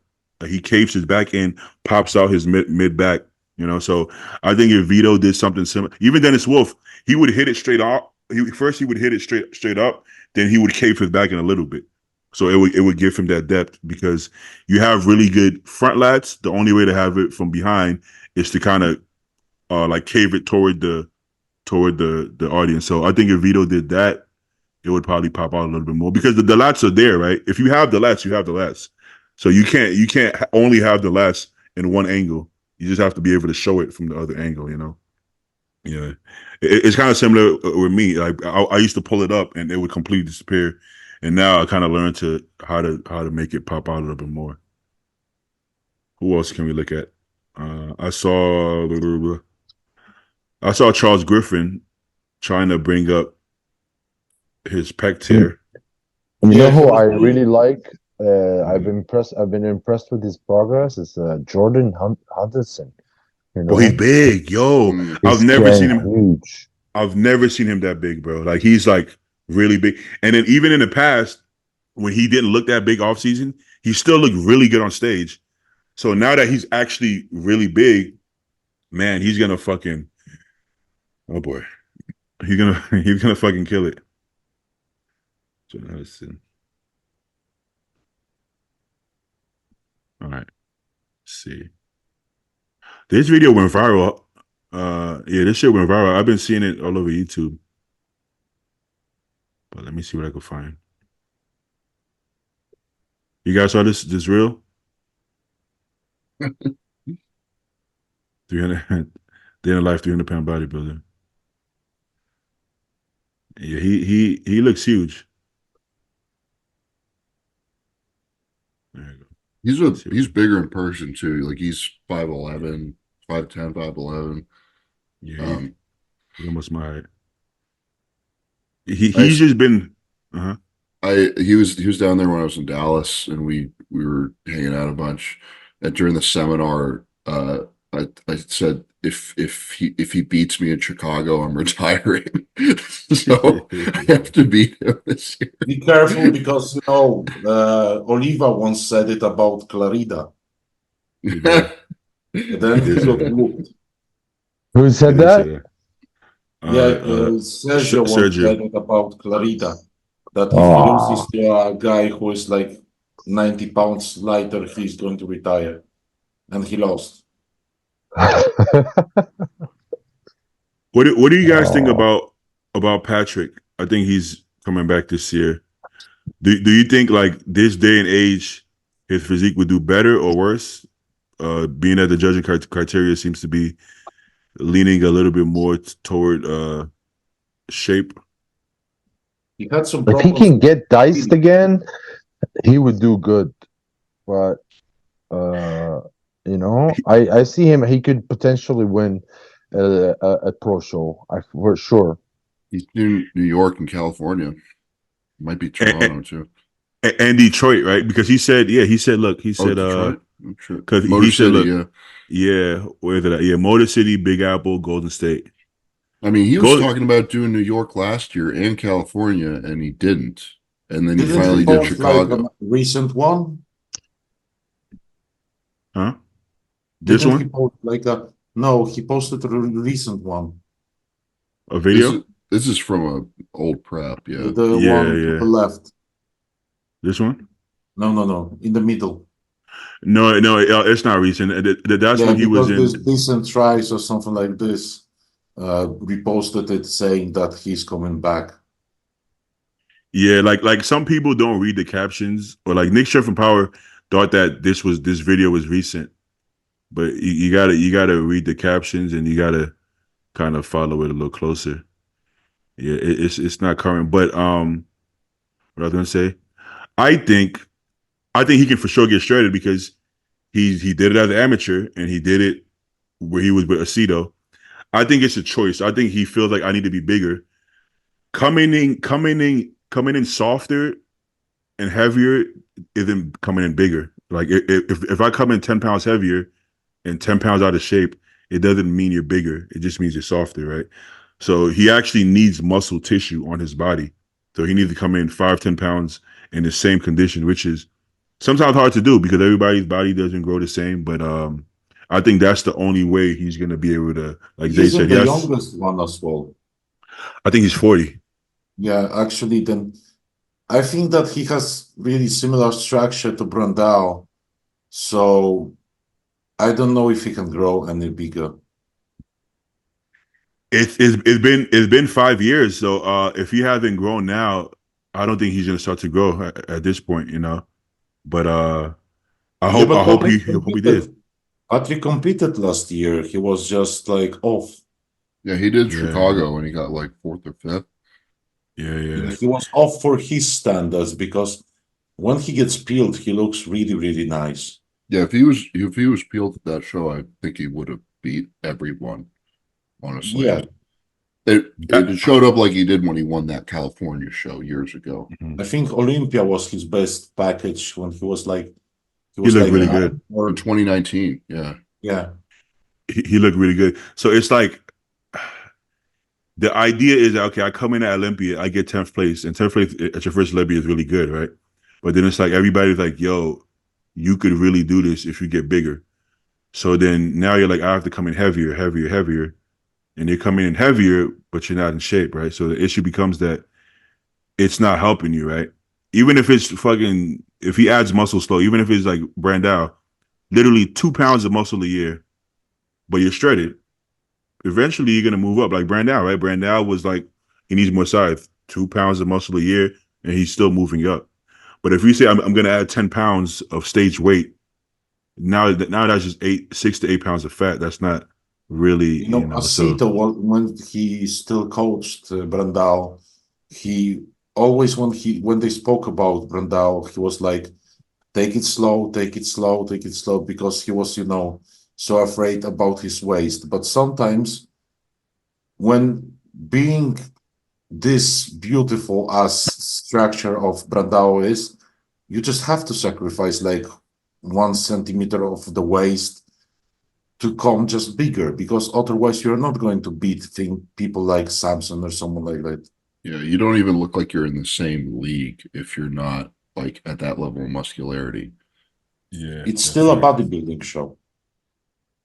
At the end And of the day, you still have to have the muscle. I mean, like with Patrick, like, he did the Olympia in 2019, and then there was all this fanfare, like this guy's going to be the next big thing.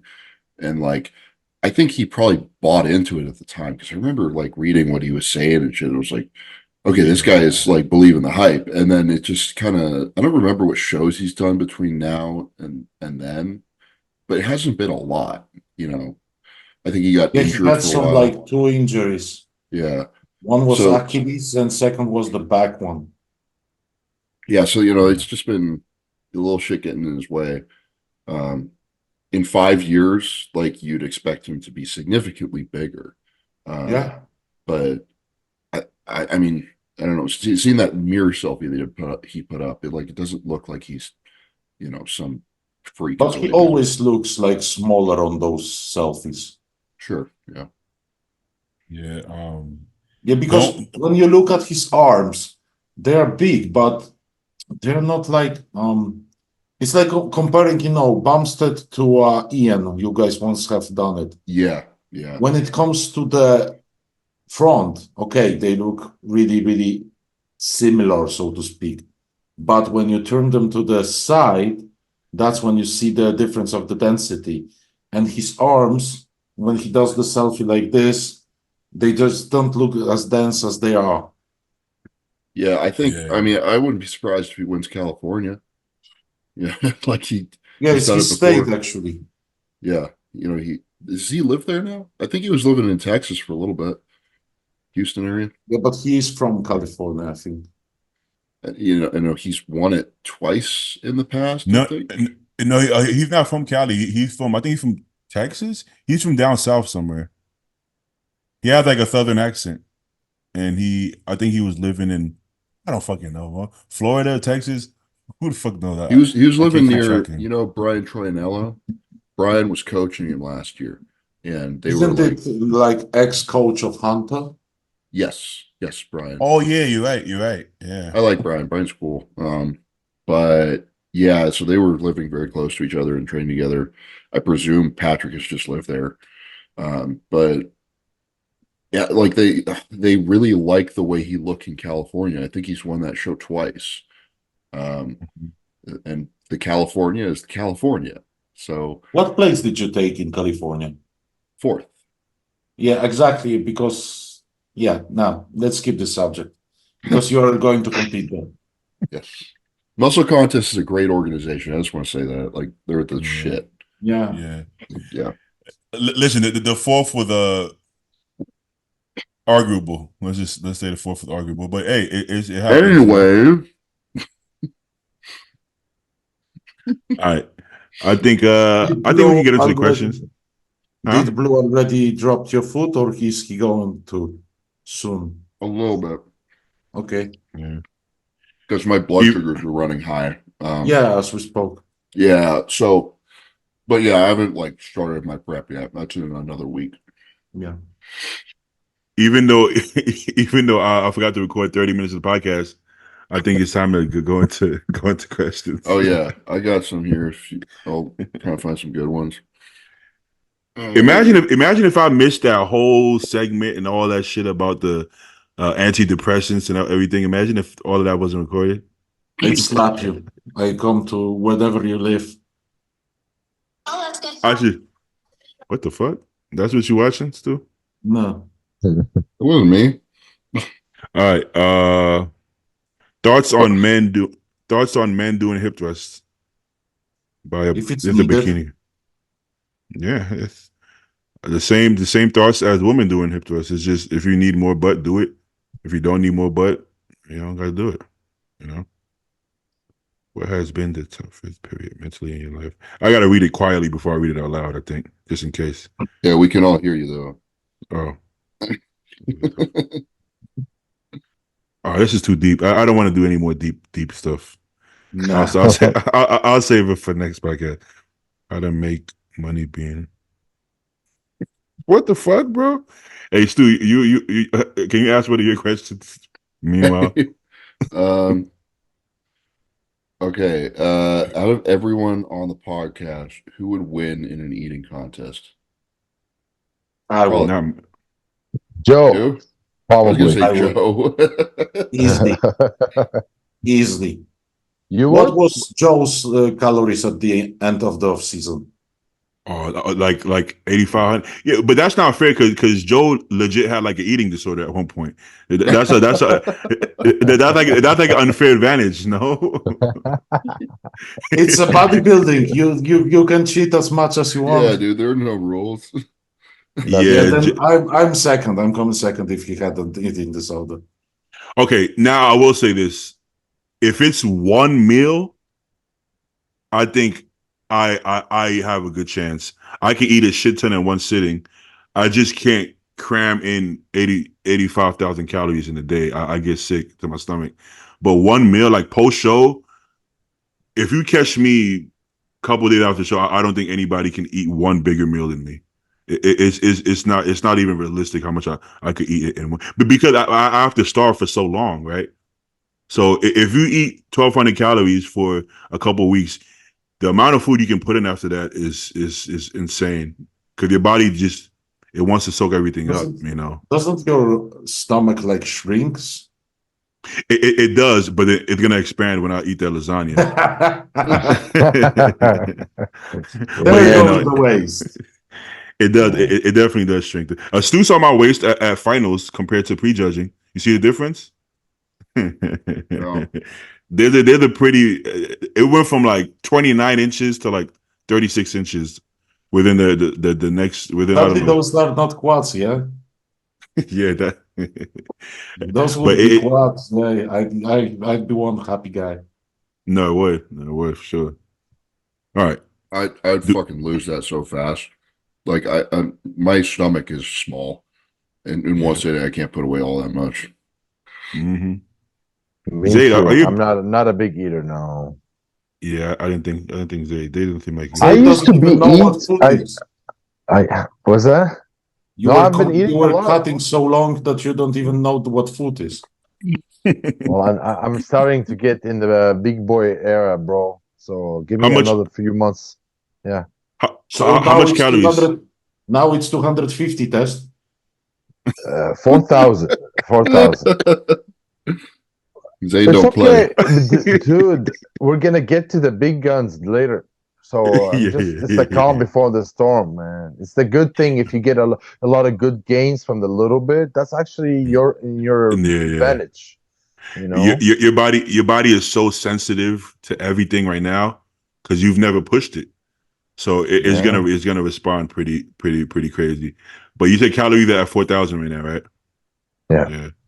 That's actually what I'm eating right now. But you're What's gonna the have most to eat you a lot have more. been even? What's the most you have ever been eating, Zayd? Probably like 4,000. This was where I left off, basically.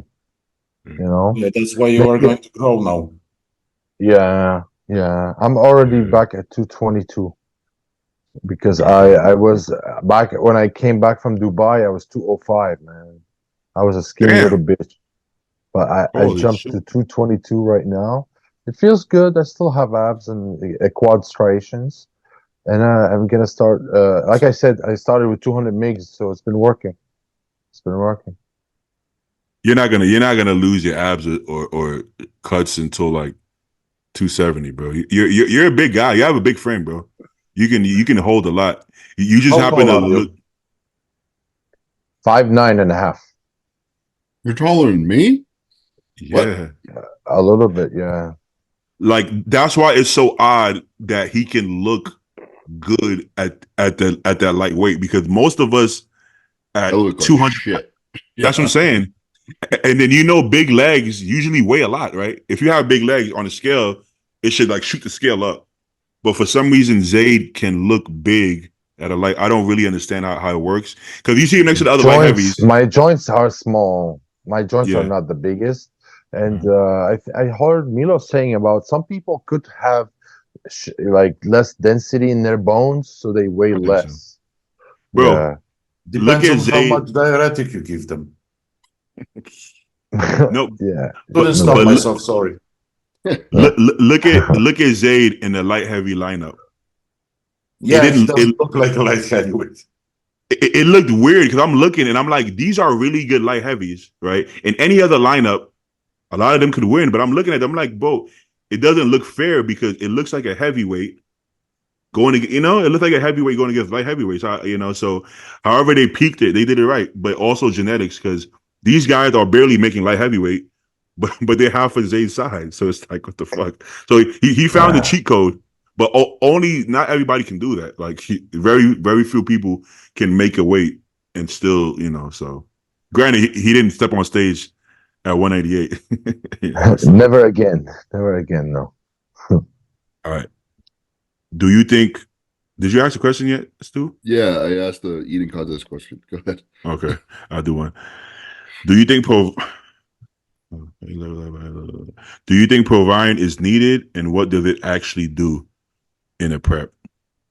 don't I know what have the fuck no I should- idea, but shit slaps, dude. I take a lot of it. I don't know what the fuck it's doing. I've heard people say it helps the other drugs work better. I've heard people Here's a better say, question. Does it work better than Mastron? If you had to pick one or two, Yes, Mastron because those or are Proviron, like you know. different chemical structures a little bit. Wait, but Yes. if you had to pick one, Mastron. I would pick Master on. I don't have to pick one. This shoe, yeah. I don't. Well, It's a I do it stupid all. question. Actually, Proviron helps you to bring up more of your free testosterone. So it actually makes your other drugs work better. Yeah. This Masters doing the same thing, but like, I don't know, man. There's something about Proviron that just gives you a certain look. And Harder look, like yeah, dry out. and clean looking, not like trend dry, but like Maybe because of the androgenicity.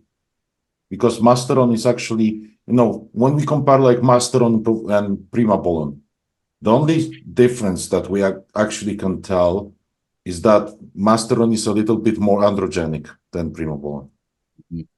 Yeah. Oh, we haven't done Arnold, but it's a top 5 Arnold. is it too early? Should we wait? No. I hate predictions. Yeah. But do we know who's gonna? We gotta Antoine's gonna pretend. win. I'm It's pulling 3 for weeks out. Antoine. Yeah. Fuck it. You guys want to do it? There's somebody asking. Might as well. All right. Let's say Hottie's doing it, and that's it. All right. You want to go, Stu? Fuck, I already did predictions on the Canadian one, and I'm gonna get it wrong. Okay. Hottie first, Samson second, James third, Antoine fourth, because I just have to pull for my boy Antoine. I like him a lot. And Brandao fifth. Okay. Yeah. There you go. Yeah. Did I miss anybody important there? I think that's pretty spot on. All right, let's go, Zalo. if Hadi shows up, Samson, Hadi, uh, James, Moshe Bond, and then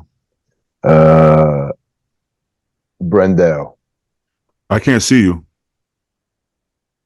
Me? No. Oh, Quentin's on here. His face not on there. Oh, there you go. Oh. Hey, what's up? It's good, What's Quint. Hey, Big what's Quint. up? How you guys? You're a little late, bro.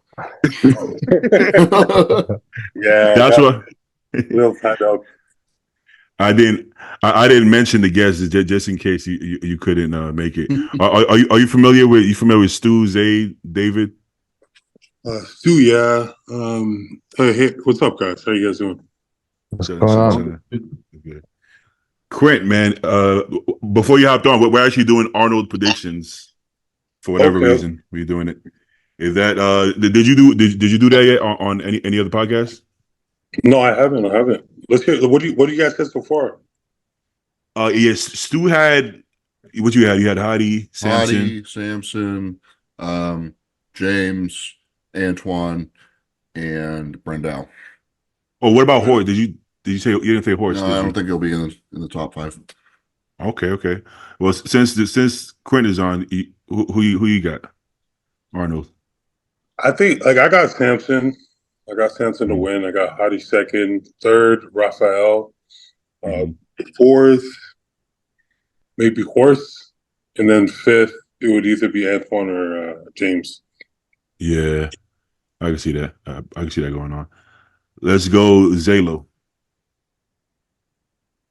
I'll go with Samson first, Hadi second, James third, Moshe Bond fourth, and fifth, Brendel. Wait, Samson, Hadi. You said who's third? James. Okay, yeah, I can see that. All right. Fourth is Mo. And then fifth. Brendel. Yeah. Okay, I see that. I mean, Brandel. I mean, he got a hell of a physique as well, man. It's hard to listen. Like we don't know who's going to be on any of that. It's hard to make these predictions, but you go by feel, right? Let's go, David. I think Horst is going to be really held back by his back. You know, his lat spread is wide, but it's not thick, and his back doubles just, there's not enough going on. And Brandel, I think, mops him in those 2 poses. You think Brandel? Yeah. Yeah. I mean, he's gonna have everybody on the legs, but upper body. I think it's gonna be tough. Let's go, David. Not punished his winning because it wasn't really close on the Olympia between Hadi and Samson. When you look at it, it was closer between Derek and Hadi. Okay. So if Hadi comes leaner, it is going to be hard to, Samson would have to jump like 2 levels up and Hadi would have to stay the same or even get worse. And since Hadi's as well leveling up, it's going to be really hard, even though I'm rooting for Samson. So Samson second. Third, it's either James or Brendel. And fifth, I'd love to see Antoine there. Antoine, yeah. Yeah, because he compared well with James, Yeah, man. Yeah. I don't know, man. I kind of low-key, I have Samson winning, bro. Low-key, I kind of have Samson winning, man. I think that because, Samson, Arnold is being judged differently because they like the more structured guys on the Arnold. That's why Samson might win. But if we are going by what we are going to see there, Hadi is not like ugly when it comes to the structure. So, and about if he improves his posing routine, if he doesn't do the same as the Olympia. So, yeah. Does anyone even know if they judge the posing routine? They judge it, but by the way that you present your physique, not by the posing itself. But then at that point, they're just judging your physique. Then that's like, you No, know they what are not judging. You're like, I'm that a judge your confuses me. I'm gonna judge your physique, but only, I'm gonna judge your pose, but only how your physique looks in the poses. Isn't that Yeah. every other round? That's kind of every other Yeah. round, It's though. the same. You know? I feel like they throw that in there as like, yeah, we're judging it as like Yeah. an X factor to like explain if somebody wins Yeah. who no one else saw winning, you know. All right. I think I'm gonna have to go with Samson. And then Heidi second. I think I want to say Brandao third, man. Did anybody else have Brandao third? I did, yeah. Yeah, I mean, he was, top 10. I mean, he's not missing anything. It looks like he put on some muscle. I think that's more than enough for him to win. Fourth, I think Horse, bro. That might be. I think I have Horse. It's gonna be hard for Horse to beat James and Antoine and them because they're proven. But I think Horse got a really big structure, man. I think he's gonna look a lot better in that lineup than we think. And then fifth, I think I'm gonna go James. How that When are you sound? doing the New York? Oh yeah, did you even announce what you're doing? Wait, what? Did you announce what show you're doing? No, my coach doesn't want me to say it. Okay. So we're gonna act like we don't know what show you're doing. We're gonna pretend like we don't. What was the heaviest you got? What was the heaviest you got this off season? Like 330. Yeah, it was a fucking bitch, man. I had to get a CPAP. I was like, bro, I have a lot of stairs in my house. Like, there's like, I live in a townhouse, so there's like stairs just to get to the main floor. There's stairs to get to the bedroom. There's stairs to get to like the rooftop. Bro, It was a fucking nightmare. It was crazy, but yeah, it was good, man. Like, I felt really strong at that weight. Like, I got real cozy there, and like it was a really good long off season. and You then got to get one of those chairs to like they have for old people to like bring them up the stairs, you know. I those things are legit. doubt they're gonna carry like 330 guys. I think it'd be tough. That's the problem. And then you held that weight for a while because I'm pretty sure Matt does things similar to Compton. Did you hold that weight for a while and then you did like a cruise before you started to cut, or you went kind of off season straight into cut? Yeah, so I held at least 320 for at least over a year, like at least a year. Oh shit! Yeah, I got the 330, but 330 like that, I didn't hold that. I did a cruise. I was off for like 8 to 12 weeks, and then I just went right into the contest prep. Bro, 320 for a year. 320 for a year. Hold on one second. 320 for a year. Well, keep talking, Stu. 320 for a year. Where do I go with this? That's very impressive. Sorry, when was your last show? The Tampa, right? Texas. August, yeah, Texas Pro 2022. So about like a year and a half now. Oh, that's good. Good times. And You guys what's don't your weight realize- now? Can you tell us what's your weight now? Right now, I just broke the 300, so I'm like 299. And last time when you competed, you were like 260, something like this. Yeah, I was like 265 in Tampa, 263 in Texas. Yeah. Nice. So if my math is correct, you're gonna be like 280. I mean, I think it's possible. It's very possible I'll be around there. But, there's still so many different drugs I got to do. And there's still like there's not a lot of fat everywhere, but just like in my glutes and shit, there's still some shit that I got to get rid of. So I don't know with how much I got to drop and what I'm going to gain when I throw in the shit like the trend. But I'm assuming it'll probably be something around there.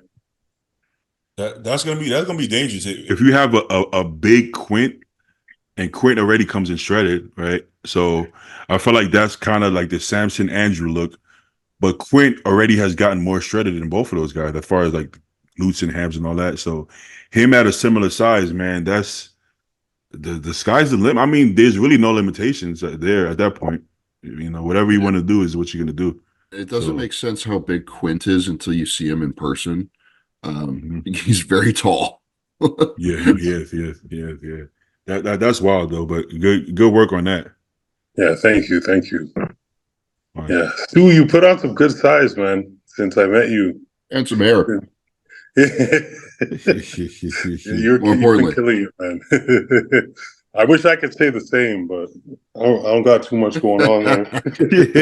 You can always link up with Ian and Sibam, you know. Yeah, go to Turkey. Get that going. Shit. Maybe when I retire, I hear that you have to use some sort of like medication to like keep it from continuing to fall out after. Oh yeah, that's the next. Minoxidil? Yeah, it's the Dostanex. No, not Dostanex. That's Caber Gold. That's a Caber. I'm sorry. What do you call it? Minoxidil? It starts with an F. The finasteride. boom. Yeah, you got to take, I think, topical and oral finasteride at like a really high dose, right, for a minute. But that could, like, kill your sex drive, your energy. I mean, it's, so you want to do it in a period of time, and then you can't work out for what, like a couple months or 6 weeks. What? Like after the procedure, right? Yeah, like you can't sweat. I mean, technically, if you can work out and not sweat, maybe you could do it, but you can't sweat. You can't be under the sun. You can't be in water. There's a lot of shit that you have to stay away from for, that's something you got to plan for. So if you're competing, that's going to be tough. That's why Ian waited, and Sebum, I don't know if Sebum's going to come back, but that's why they kind of waited. Bro, Hassan Mustafa, he got his transplant done after he won his show, I think. He came right back home, started training for the Olympia. Oh shit. And you just stay? Huh? Did the hair stay? The transplant, did it take? You can't tell yet. I think it's light. It might be a little light in some areas, but it's still pretty decent. Well, it doesn't fully set in for like 8-9 months, even sometimes longer. You remember when Greg Doucette had it, and everybody was like, bro, you're still bald? And then like and then now, like, literally, like after like a year, now you see like his shit is filled in. But it took forever, bro. It took even like Sebum got it done a while ago, and it still looks like the same. Like you still see it's gonna take some time, bro. It's not gonna be overnight. It's gonna take some time because it grows, falls out for a while until it's like perfect. You know what I'm saying? But yeah, I'd rather just not lose in the first place. So honestly, man, if you don't take those steroids, beef stew. I'm telling you, do not. Yes, mother. Sorry, mother. Do not take them. Otherwise, you might lose her. I don't even know if it's worth it. Like some of these procedures, the way they look, I don't know if I want to sit at home for a couple months. I thought that you're gonna say about steroids. Is it worth it? No, they're definitely worth it. You might want to, if you get injured, God forbid you get injured or you get gyno surgery or something. Maybe that's the time you do it. Double up on the procedures. Just get tits cut out and get everything done.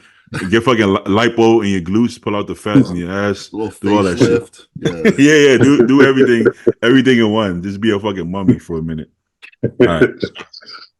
Since Quint is on, I don't really know a lot about Quint's training. So what's been the training style that's worked best for you throughout the years? And which Oh man, I've done a lot of different training styles. Recently I've been doing a 4-day split that Matt programmed for me, similar to the blood and guts kind of intensity. And I've been doing that, I believe, since like November, maybe October, and it's been really good. I feel like I've been improving a lot. No, since September, I feel like I've been improving a lot. But recently I started to hit a wall because, the weight's dropping, added in some cutters. Like my strength isn't what it used to be. So now I'm like improvising, still training 4 days a week, but I'm like lightening the load. Sometimes I'll do like an extra set and I'll just really focus on connecting. Because it hurts when you notice, like, because I log all my workouts, and when you see those numbers slowly like starting to stagnate and fall down, it's like, man, what am I even doing this for?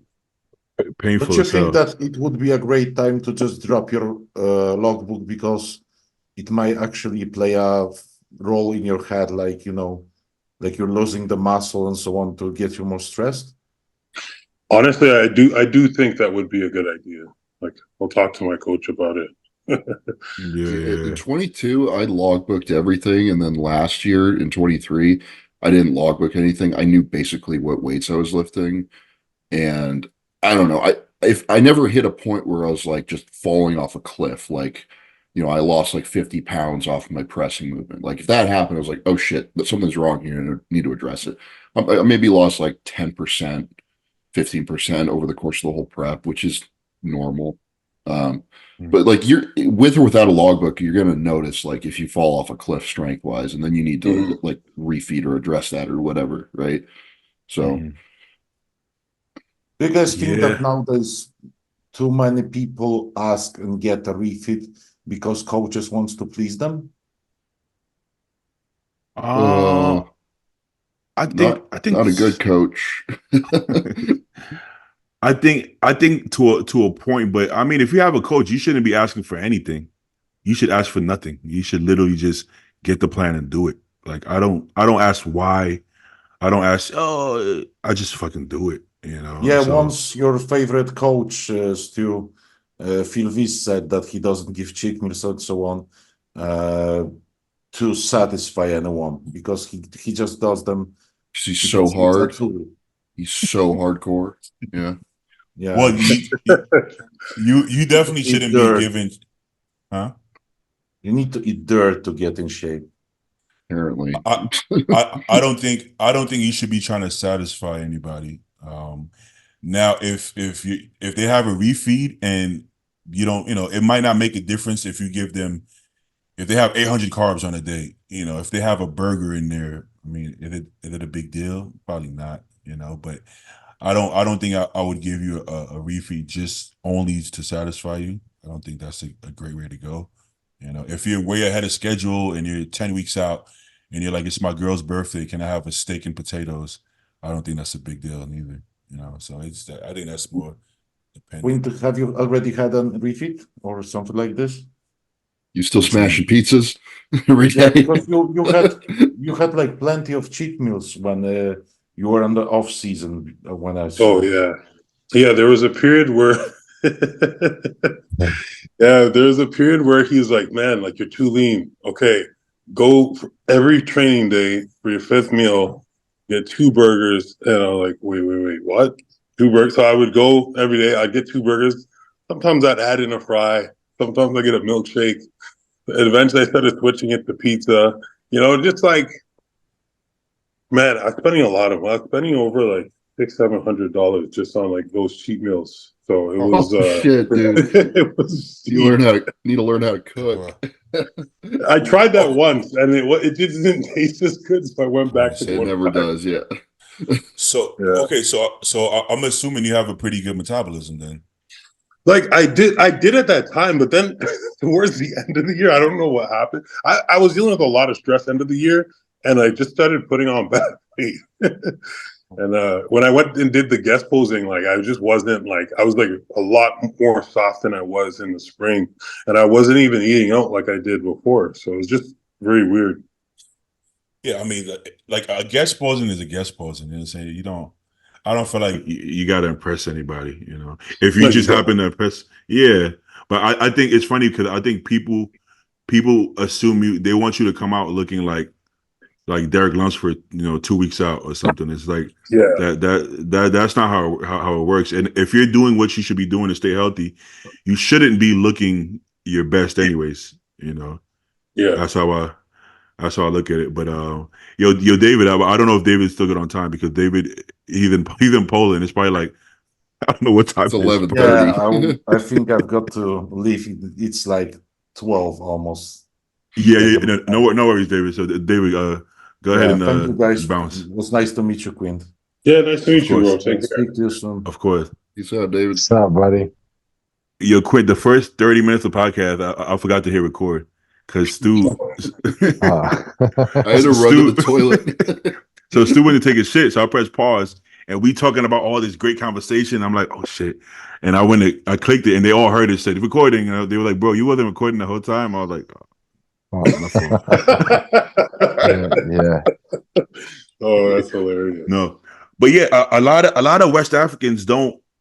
I don't want to say don't have the best metabolism, but don't need a lot of food, man. Like you know, so there's guys eating like, you know, if you've been there, like there's guys like eating 1 meal a day who are fucking yoked.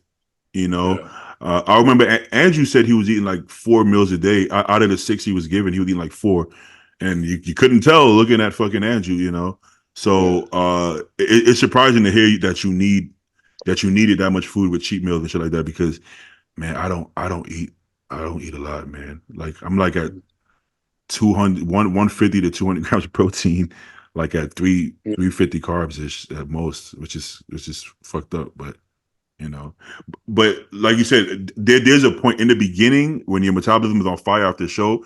Yeah, I'm eating like, I don't know, 5,000-6,000 calories, but then once it starts to slow down, then I got to pull back the food, or I'll just get fat as fuck. Yeah. You were like so heavy for so long too.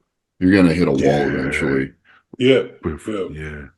You know, one of the things was like, bro, that whole time, even when I was doing it, I didn't have any real appetite. Like I didn't want to do it. I almost had to. So one of the reasons why he implemented it was because I was also having a hard time with the clean meals. We were pushing the food really hard, and we had these 2 beef, like ground beef and avocado meals with rice, and they would take me like 40 minutes to eat. So when he took one of them out and made me start going to the store, getting those burgers, like I still wasn't enjoying it. Like, I mean, the first couple bites were good, but then the rest of it is like, it's like a sport. I'm like fighting to finish it. Yeah. So it was always tough. It was always tough, but it was way easier than eating the fucking bullshit avocados, man. That shit was terrible. Dumbass avocados. Did you do a bunch of shakes, or that was never? Nah. Do you mean like blended food? No, like if you don't have the appetite, maybe do like, you know, I don't know, like protein powder with oatmeal or cereal or some shit like that. But that wasn't. No, I never did that.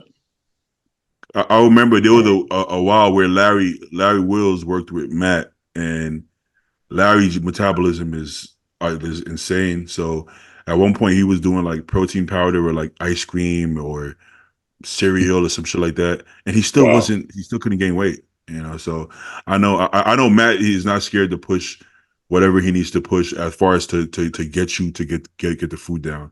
You know what I'm saying? Yeah. It's been really exciting working with him. Interesting. Yeah. All right. This is an interesting question. If you don't have your pro card by 35, should you compete in the Open or switch to Masters? 35 is kind of young to switch to Masters. I don't know. I feel like Masters should be older. I think at that point you should do Masters, just because they don't reward older guys in the Open class. I mean, seriously, like I've heard people talk about this. Like they will like literally give wins to younger people because they want to, you know, see grow the sport. Grow, like see a new guy, a young fresh face, and like roll into the pro league and start doing shit. You know, if you're 35, it's like, even if you should have won that show, like what are you going to do with that card? You know, which is a fair point, but like it's still a bodybuilding show. You should judge it right. But that happened the year you won the USA. We talked about that with the guy that took second in heavies, a friend of me and Zayd's. Yeah, Francisco. Yeah. I think he was like late 30s, right? And it looked like he won that handily.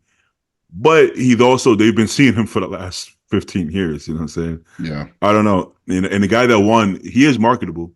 You know, he was marketable. So I'm not saying it's fair, but good point. I didn't think about it that way. In my head, I'm like, if you're 35 and you're progressing, I don't think you need to, you know, I don't think you need to switch to Masters to get your card if you have the skills to turn pro. I don't know if you have the tools to turn pro, but you can look at it that way as well, you know. So, or what's the Jamaican tank? What's his actual name? Yeah, Phil play hard. Yeah, so he turned pro as Masters, and he still fucking wins open shows, because how you get your card is irrelevant. Just get in there. If you get in there and you're good enough, the cream is gonna rise, right? Now, regarding Phil, like That is exactly what I'm talking about. So Come on, man. Now I gotta chop this shit out, Stu.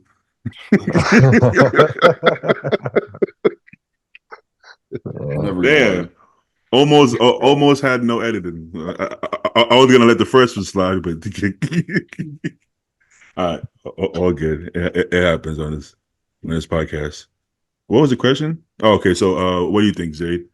If you don't have your car by 35, if you don't have your It pro all car by depends. 35, It depends when you started. What age did you start? Are you new to the sport, or have you been in the sport for the last 15 years? And why do you want to turn pro is a real question that I would ask.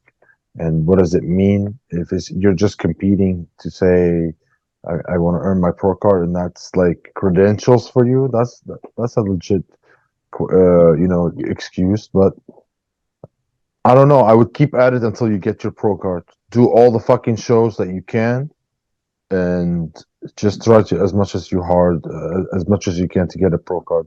I feel like also in bodybuilding, we need to be extremely hard with ourselves, because if you have no shot genetically, it's gonna be a very tough road for you. If you have something going on for you in terms of freak factor, maybe you got big legs, or you got big arms, or you got big back, you got something to work with.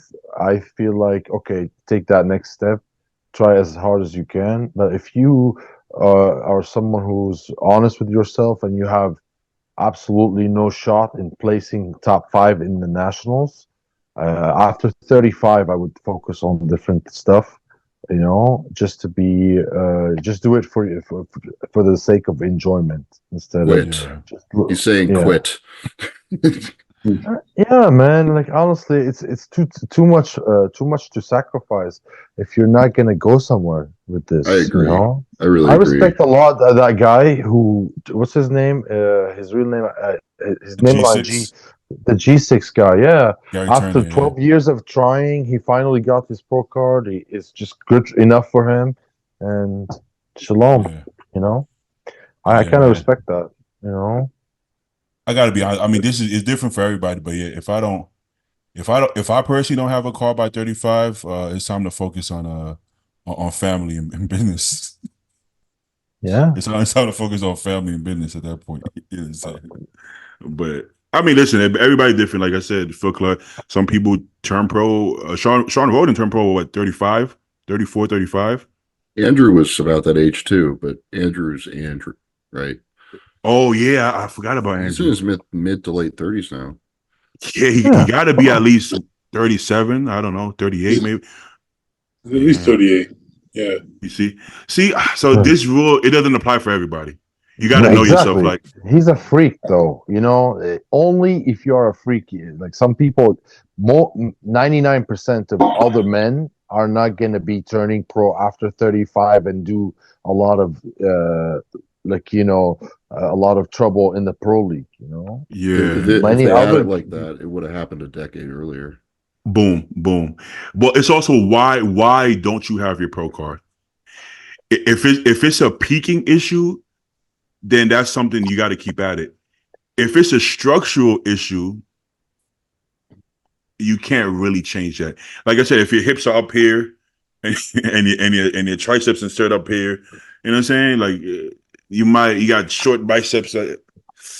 There's not much you can do with that. So at that point, if you don't get it yet, like Gary Turner, that's basically Gary Turner. His hips are up here, and he doesn't have the best structure and insert. So at that point, he was able to get his pro card, and that's it. That makes sense. If you're Andrew and you have all the tools, then you don't have to worry about that. You just have to peak. But what do you think, Quint? Honestly, man, retire. Like, don't even do the Masters. Yeah. I mean, Well, as you said, bro, like it's just too much sacrifice. And when you get older, there's just way more risks. Like if I don't know if you've been okay, let me be more clear. If you've been doing it since you were a kid, if you've been doing it since like 20 and you're 35 and you've peaked at shows, you brought your best in 15 years, you're still not there. I mean, maybe you could do it. It's still possible, but I just think it's not worth it at that point. yeah.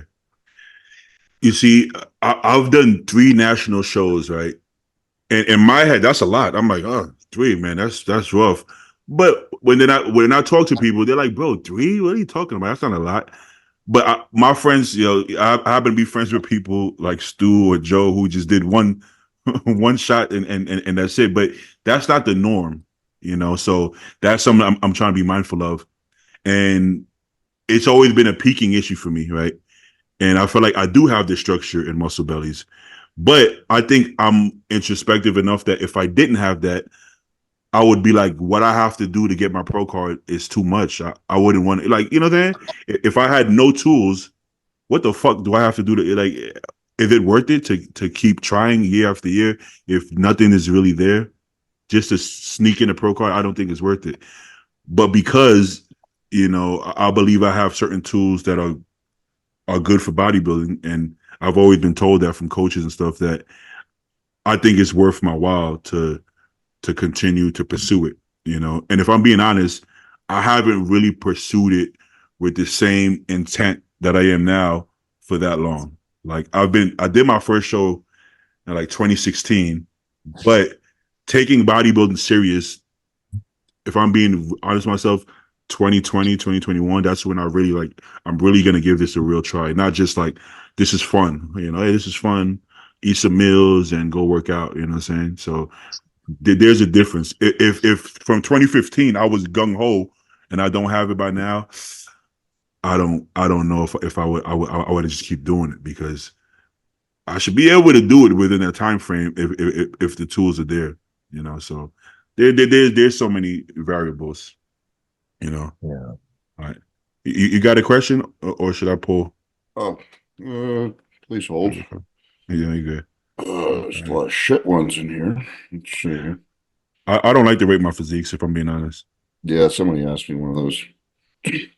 They send you like personal DMs sometimes too about that. Are carbs necessary for bulking? What? Yeah, dude. Very much. Here. Are there any exercises you feel better with bad form, like Dusty Hanshaw and his barbell rows? You know how Dusty does barbell rows? Yeah. Well, I can make the argument that you can't barbell row without using your back. It would be impossible unless you're standing completely upright, and then you would still be using your upper back technically. But I can make the argument that no matter what momentum or swinging you use, you're gonna use your lower back, your low back, your lats, and the upper back. You can't cheat it. Even when you cheat it, you're still, T-bar row is a little different, because if you can't get your elbows back because you're too big, you can't really activate your back much. But barbell row, if you're at least 45 degrees, you can't not use your back. So some exercises I can see how there's really no cheating it, Yeah, but barbell rows, absolutely. I think lateral raises, there's a little room for I not think like, so. fucking jumping up and down to get the weights up, but like a little swinging to like, get some extra at the end. You don't Yeah. start an exercise by, jerking around like an asshole, right? But like Yeah. at the end, if you still have control over the weight, like squeeze a few extra out. And also Barbell actually, squat. I like it a bit. Just if you bounce a bit with no, that's enough not. heavy weight, that's fine. For the last few reps.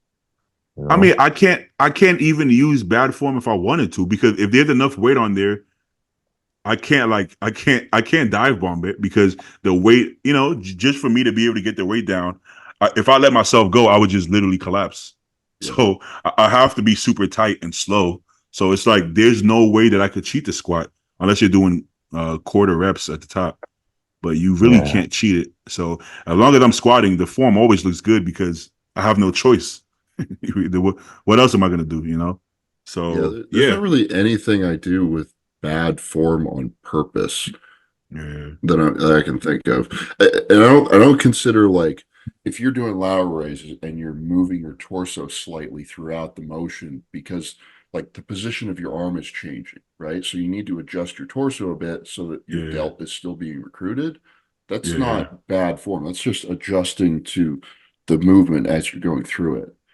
So Exactly. I can see that. Yeah, but also why are you doing the form you're doing?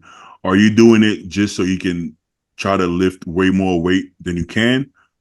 Or are you doing it because you actually connect with it that way, right? Mhm. Like if I'm doing barbell curl and I have my back against the wall and I'm going super slow, I don't connect with it as well as if I'm just doing regular barbell curls for reps, you Yeah. know, with not momentum, but with a natural body tilt, right? The weight pulls me a little bit and I pull it up. Weight A pulls me down a little bit of body English. I think that's what Yeah. James Hollingshead calls it. Body English. There's a limit with body English. You're not doing the Exorcist trying to curl the fucking bar. You know, you're not doing the fucking Matrix and shit. But you know, there's some natural, like everybody, like we all know what we're talking about. Like you see Phil do barbell curls. He's not like this fucking, you know, he's Yeah. just kind of like he's in And or jaded in the rhythm. the people who do like barbell rows with like a fucking back flat to the floor with like 135 on there, super strict and slow, like they all suck. They're all small. So do with that what you will. I don't know. Yeah, I think there's too much thought in that process. You know, watch watch the people who actually look good, who have perfect form. Like I always say, Justin Shire or Hunter, the intensity is the primary cause. They're growing because of their intensity. That's what it is. Justin Shire trains hard, and bro, he's doing these deadlifts beltless. That's 5 plates beltless, and he's fucking controlling it. He's not taking 2 minutes to bring it down, but he's perfect control. You know how strong you have to be, fucking like RDL or stiff leg or even conventional deadlift, 5 plates, perfect form. These people copying that are not doing 5 plates. You know what I'm saying? They're doing like 2 plates. So there's a big difference between that. So you can't look at that and only take one side of it. Take the other side too. Like, okay, his form is perfect, but it's intentional. It's not perfect for the sake of being perfect. It's intentional. He knows exactly how to activate whatever he's trying to activate. So like Quint uses really good form, you know, but I feel like he's more focused on the output and intensity. He's not overemphasizing his form, even though his form is like full range of motion and in control, you know. So I think that's a good balance. Like same as Stu. Stu has really good control and really same Zayd. I'll probably have the worst form But I'm not in the like bunch. stock still in everything I'm doing. If I'm doing a row, then I'll have a little bit of torso tilt to it.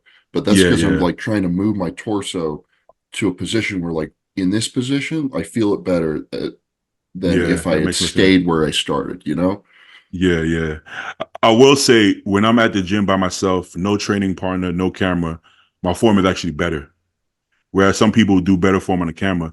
Now, if I have my camera guy there, my training partner fucking hyping me up and shit, because they be talking shit in the background, I get a little crazy. I'm not gonna lie. I might I get a little crazy. So my video form is actually worse than my actual form because I'm training heavier and maybe trying to push out some more reps. But that's For the all. gram, Yeah, it's all entertainment purposes. But all right, let's I do like got one. I Huh? got another one. All right, Have what you you got for ever me? been scammed or ripped off, presumably in a bodybuilding context? Oh yeah, yeah. I have. On Hmm. that? No, you good. Good We racket still you got got going, man. Very we good still racket. you a wild boy there. All right. Oh yeah, but let me ask you the question though. It's in the gym, but not like bodybuilding related. But I told you my first cycle was fake. I Yeah. got a fake bottle of test, so that was definitely a scam. How do It you know it was was fake? because I got it from the guy at 24 Hour Fitness. I shot my right quad, and my right quad turned into like Nexzilla quad. So I had a Nexzilla quad and a regular 19-year-old Beatty quad, and I was like, this can't be normal. But let me ask around. They're like, that's not normal, bro. That shit is either toxic or it's fake. And I said, okay. Obviously, I'm 19, so I continue to do it because I want to see. I want to make sure. I did the other leg. Once again, now I just have full blown big Rami quads. Just walking around the gym, big Rami quads. You know, and that kept going for about 4 weeks. And at the 4 week mark, everybody like, yo, right now at 19, your first cycle, you should be like horny and strength through the roof and all this shit. I didn't feel any of that. So I was like, this is definitely fake. So I went back to the gym and I had a nice long conversation with the gentleman that sold me the fake bottle. But then after that, I went to like a real gym. It was called Steel Gym, where Victor Martinez trained at in New York. And then I met this guy who said he was a pharmacist or some shit. And then he sold me bottle of tests for like $200. And it was farm tests. At least it looked like farm tests. But at that point, I was so traumatized that I wanted to make sure it was legit. The guy, he scammed me too as well, obviously, because it's not $200. It's a lot of money, dude. Test. Yeah, but it's all good. So that was my scamming experience. I don't think I've ever been sold fake drugs that I'm aware of. I mean, that you know of. Yeah. One time I got scammed by this dude in the gym. He was he knows my coach, and all the guys in the gym know him. So I thought he was a reliable source. This was like 2 years ago, and I gave him some money to give me 5 kits of Serostims, and he never showed up. You know. You see, I try to hunt him down, but I guess he's blocked me or some shit. You know.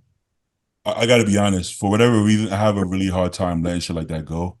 And it's not the money. Money is part of it, but it's the fact that you felt like you could do that to me. I take it very personally, and I'm gonna find you, bro. I'm sorry, I'm gonna find you.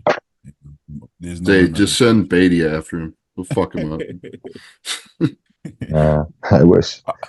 I want to tell the story, but I guess I gotta phrase it in a way that I'll tell you guys off air probably. But a similar thing happened to me, and I found the guy. I mean, people know people, and I'm like, you know this guy, and I asked around. They're like, oh, I know this guy. He actually works at this gym. I said, what gym? Yeah, he works over there in Mid-City. I said, say no more. I don't know what time he works. By coincidence, I'm like, okay, I'm gonna pull up. This seemed like a good time. It's about 12 o'clock. People work at this time. I pulled up. As soon as I walk in the gym, he's walking towards the bathroom. And I was like, did he see me? And I'm walking towards him. He turns around, he sees me. Automatically freezes up. So I confront him. This guy is sweating fucking bullets on the floor. He's so fucking terrified. I'm like, if you're that scared, why the fuck are you gonna run off on me like that? If you're that scared, and he's looking around. So like, I'm like, bro, relax. We just having a conversation. And of course he paid me shortly after. It's just principle, bro. It's just principle, you know. I don't take pleasure in that. It was bothering me too because I actually like the guy. So it was hurting my feelings that he's making me do this. Like nobody wants to behave that way, you know. So it's like, but at the end of the day, you're not gonna just do that to me and just get away. I'm sorry, bro. I'm sorry. You just can't do that. So send me the guy's names, eh? I'll find it for you. Sean Leslie. Oh, we put him on blast. Anybody viewing? Fuck it, yeah. Do not buy drugs from him. Fuck it. He owns a limo business here in north of Hollywood. Oh, he owns a limo I think business? he won the Cal in 2009, I think. He won the Cal. Some year, one of those years he won the heavyweight class in the Cal. And he used to know my coach, and my coach did a few photo shoots in his house. So for some reason, I thought he was cool, and he did get it for me before. But one time when he gave me a few kits, and you know, here in LA, bro, it's very hard to find real Serostims. If you want someone like you gotta make sure the source is legit. And he used to be a good source. And then, for some reason, I think he punked out with them when the money is starting to get better and better. Yeah, because I would call him for 5-6 kits at a time, and he just disappeared one day. You know, Just a disclaimer: nobody on the Fit Nation podcast or related to Fit Nation podcast buys or sells any PEDs or any illegal paraphernalia at all. This is just allegedly. We just telling stories here. You know, Entertainment purpose only, etc. yeah, hypothetically. But if anybody does know Sean Leslie, drop his address or work in the comment section, and somebody's gonna pull up on him. Make sure you get that. Make sure Zay gets that all settled out. Listen, man, that's bro. That's disrespectful, bro. And you know, like, we're not gonna name drop or anything like that usually, but if this is the case, I'm sorry, but fuck that guy. And if you watch it, fuck you. Like, what do you think? You think you're gonna get away with it? Like, in such a small community of that's my bodybuilders? hope. Like, how many people he's are an buying older guy. Ceros? He's not in there. He's not in our industry anymore. So he doesn't give a fuck. He just changed gyms and that's it. He disappeared. You know? Old man can still get their ass beat. I'll tell you that much. Yeah. You can still catch this fade. Catch him. Anybody could get it, bro. Is they about to put the pause on her? Fuck it, but I didn't give up on those Serostims, man. I still got another. Bro, I don't fuck with them, man. But it's getting ridiculous, bro. Oh, 700 for a kid. I'm like, motherfucker, 700. What the fuck are we selling here? Are you selling? Wait, how many IU is it? Like 128, 126, 128. Yeah, like that. Man, you guys don't even understand. It's way overpriced here. Like, that's like a joke. Like, that sounds cheap to me. Holy shit! I wish David was here, because David likes to brag about how cheap all the drugs are over in Poland. They're coming straight out of like Eastern European pharmacies and shit. They're dirt cheap. See, like, what I usually say, if it's that expensive, I wouldn't buy it. But let's be real, that's bullshit. There's no way I'm not buying the GH. You know, but that's why I like to tell myself that, if it was that much, never. But if you had no choice, you're probably gonna try it. You know, you're probably gonna try it. You know, but lucky for us, David was saying that it's like $30 or $40 for a bottle of Primo over there. Which, I mean, good luck for finding it like 100 in the States. You know, it's a lot of money. That's crazy. I don't know if I trust Primo, because it's like, this is farm grade. How the fuck do I know if it's farm grade, bro? Unless it came out of a pharmacy, it's not farm grade. That's what I'm saying. But you know, a lot of these sources or sites, it's like, yeah, this comes from this lab in somewhere in Europe. How do I know that? You know what I'm saying? It's easy to say, yeah, it looks legit. I heard of this brand, but I don't fuck. They all getting raws from China. So how the fuck would I know? Yeah, it all comes from the same place. Yeah. So I talked to Compton. I'm like, at that point, he's like, just keep the EQ in or some shit. Like, I don't know. They like, what's the point of taking Primo if it's fucking test E? Like, at that point, I feel like Primo is one of the more overrated drugs. I could definitely prep and be in awesome condition without Primo. You know, I feel like a low dose trend would do you a lot better, and you know it's not fake and it's not overpriced. I feel like that's a good route versus. It's a luxury. It's a luxury item for sure, because it does feel a little better. You have to take more of it. It costs more money, but you know, it also doesn't make you feel like dog shit after 8 or 9 weeks on it. I've seen 200 mgs per ml, but they fucking hurt. They hurt. I got that before on a brand. I can't remember the brand, but I got Primo 200. And it felt like it was real because it was so thick and it hurt. That's a good sign if it says Primo 200. But almost to the point, I don't know if it was worth it. And it left a lot of like pip, right? That's what you call it, the pain or the swelling or whatever, all that. So I don't know.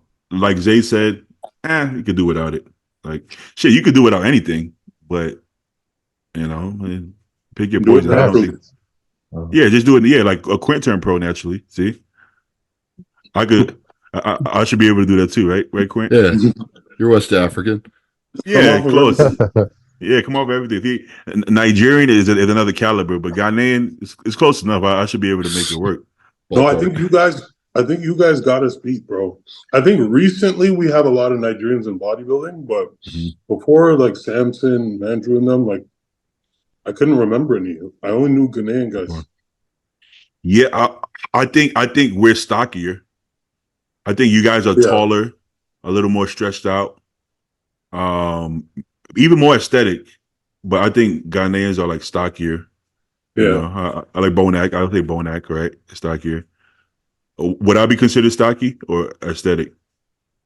You're not Bit of Stock, stocky at both. all. You have tiny stock acid. waist. Okay, well, so I consider myself You're stocky, balanced, baby. stockietic. Yeah, Stock balance. static. Stock static. I mean, Bonac isn't unaesthetic. He's just But short. Yeah, that's all. yeah, he is short, you know. So, all right. Something about with the question I got. How important is insulin in bodybuilding, and do most pros use insulin? I don't like the most pros question. I don't think. First of all, we don't know We what don't most pros know. do, Yeah. and third of all, it's like I don't think most do anything. I think everything is person to person basis, right? Like I can't say, well, everybody does primo.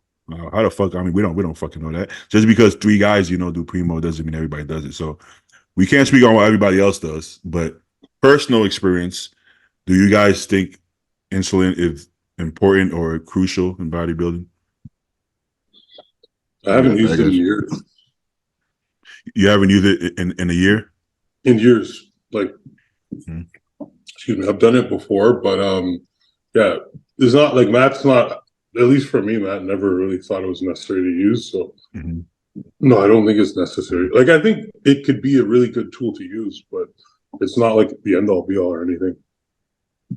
I think for guys like Milos who have a really good metabolism, really lean guy, and Samson seems to have, I don't know Samson that well, but he seems to have a really good metabolism, seems to stay really lean. Or like Stu is always super, really lean, hard and stuff like that. I can see the benefits for guys like that have a hard time getting the size on even and eat a shit ton of carbs all the time. But anything barring that, yeah, look at Stu. Look how lean Stu is. So guys like that.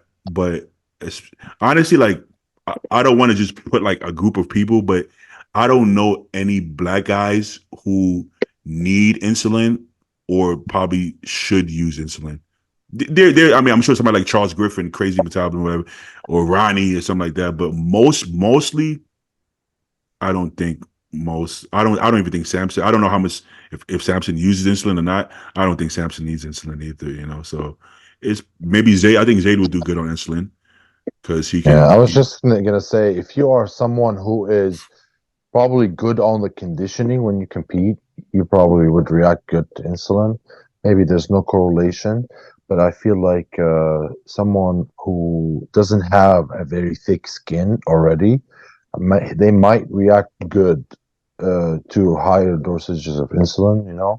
But I don't recommend pushing it unless it's your last thing you could do. Max out everything else before you max out on the insulin. I feel like this would help a ton to grow you to the max that you can grow into before using insulin. Mhm. You know? That's important to say. I feel like when we all started this sport, right? It was like a step by step thing, right? You would do like the test, then you would do another compound, then you would add oral, then after that, then you go GH. You know what I'm saying? Whereas now, I feel like some people, their first couple of cycles, they're already test, compound, oral, GH, insulin.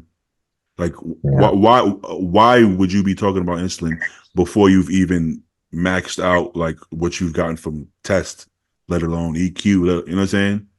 Dude, So, how does Stu feel about that? it's so situation dependent. Like, I mean, are we talking about using insulin before a show? Like, I don't personally, I've never done that. I don't really know anybody who does that. Um, I think that's risky as fuck. 'Cause a lot of people will retain fluid when they're using insulin. Um, I find it very useful because like you were talking about, my food gets high, my carbs get high. If I'm having like 250 grams of carbs between pre, intra, and post shakes, just drinks, right? Like, I'm sorry, you can't tell me that insulin isn't going to help those work better. But you shouldn't just plug in insulin right off the bat because, oh, I'm taking intra workout, I need that now. Like, no, you need to like start your intra carbs like at some place and then work them up, and then eventually when they're high enough, you're going to need a little assistance to shuttle them better when you're training. And I mean, frankly, some people just never get to the point where they have enough carb intake where it's necessary. Like your pancreas is just going to do a good enough job on its own. Basically you're eating like 300-400 carbs or something a day. It's fucking nothing, dude. Like, you don't need insulin. Not at all. Not at all. But if I'm eating 1,000, then my pancreas needs a little help, like over the course of the day. So if you're using Lantus, that's when you would do that. Or in a tight window, like training. So I've personally never used like short-acting insulins like Humalog or anything on meals.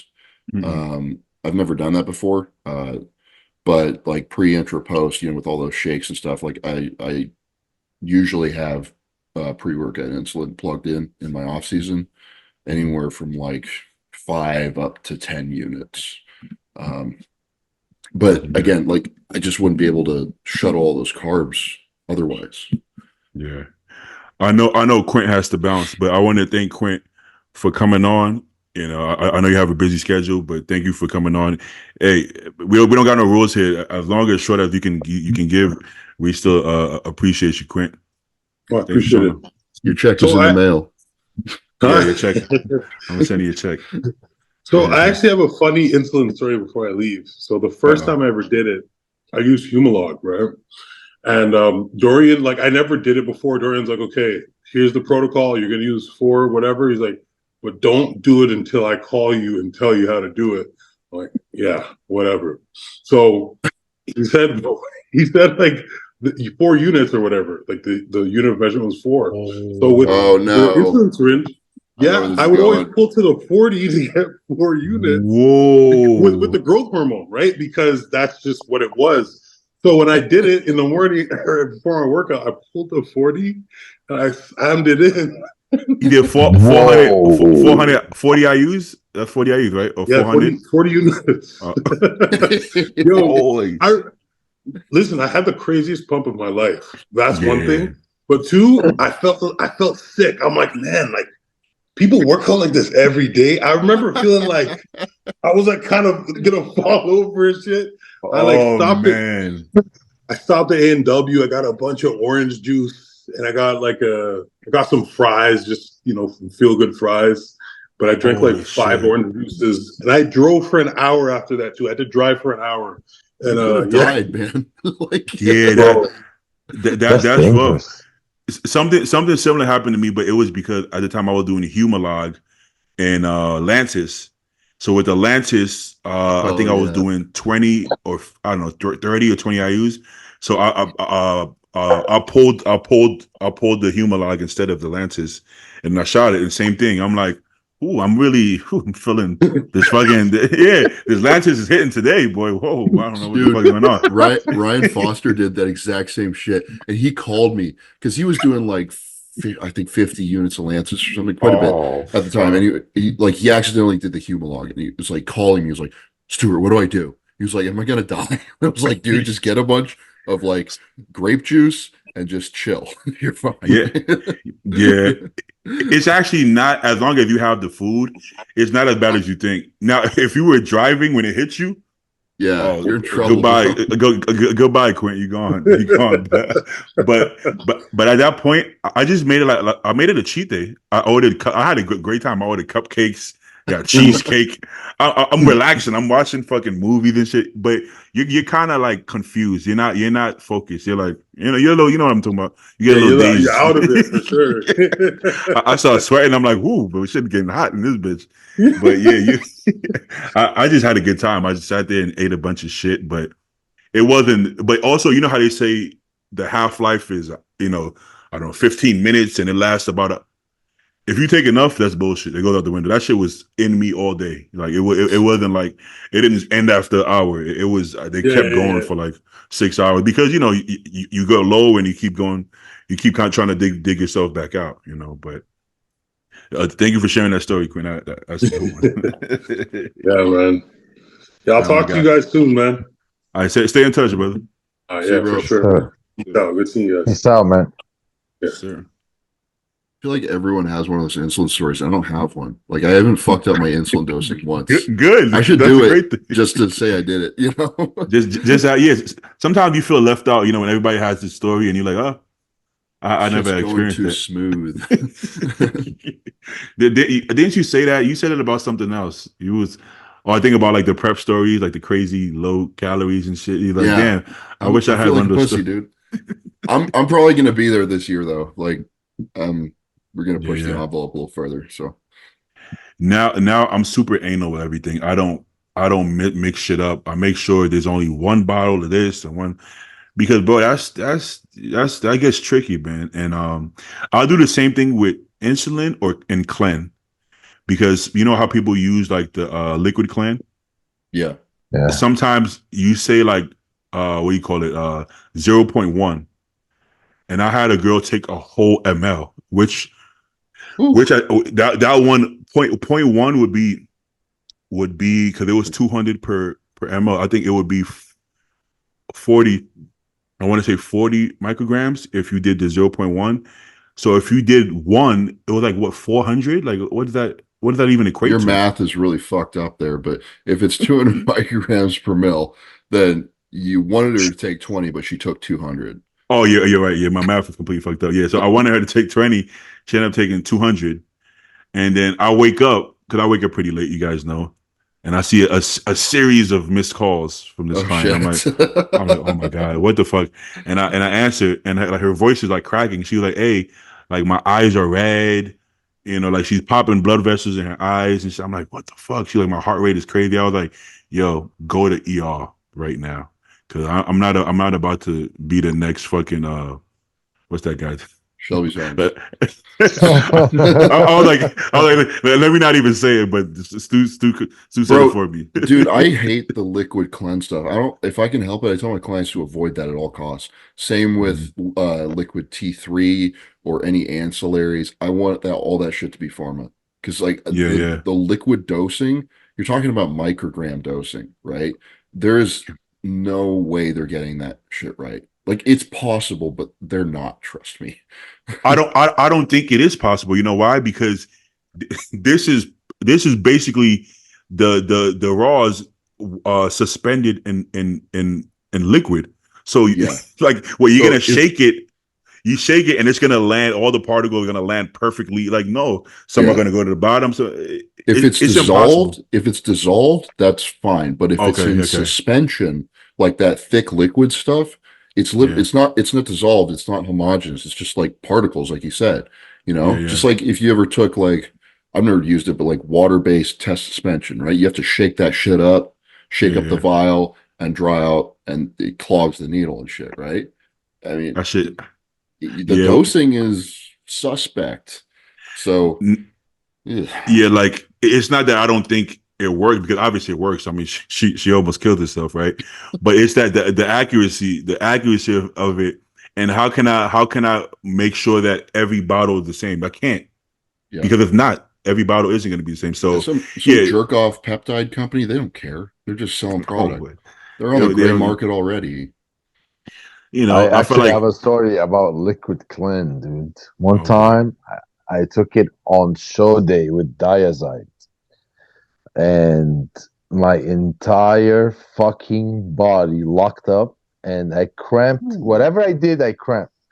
So Clen cramps you. Yeah, I was an idiot. This was back in the day when I was like 2018. I was self-coaching. I didn't understand that you have to drop the Clen a few days before the show. So I kept taking it until show day, and I was taking Diazide. So I took them together at the same time, and I just locked up. Dude, I couldn't move. I had to literally have my girlfriend feed me Gatorade by my mouth so I can just gain some electrolytes. just so I can stand up and go for the show. Holy Yeah, shit! but I came back. I drank a full Gatorade and I was just okay. But the whole Yeah. fucking show, I was cramping. That was a I actually stupid fuck. I keep Clen in like the day of the show. I do too. I do keep my Yeah? I don't mean, cramp. I don't cramp though. I don't either, and the dose that I'm on isn't super high, so maybe get up to 60, and I'll drop it to 40 the week of the show. Because I think it does affect your look a little bit. You look a little bit drier when you have Clen in Think my so? uneducated. Maybe a little. I don't know. Bro, science, Stu science. I did have a client cramp really bad, and he only took like one diazide. So, but the Clen was in there. So with him, I don't think I'm gonna have him do any diuretics, and I'm gonna take out the Clen because he cramped so bad that he actually couldn't pose. Which, I mean, he I'm had just saying with Clen is not the best thing. Diazide and Clen. So that doesn't seem to be a good combo. Yeah. That's wild. That's wild. All right, you guys want to do one more? How long we been on? Yeah, let's do one more. We've been on 3 hours, but it's gonna be 2.5 hours. Thanks. Yo, you know what's funny? When I look at the time and it says 3 hours, I'm like, oh man, people are gonna be like, it's too long. But they actually love it. They're like, oh man, 3 hours, great. Oh shit! I'm like, yeah, my battery just died. So let's wrap this shit up. One more. Let's wrap it up. You want to do the last one? If you have a good one, you do the last one. But let me see.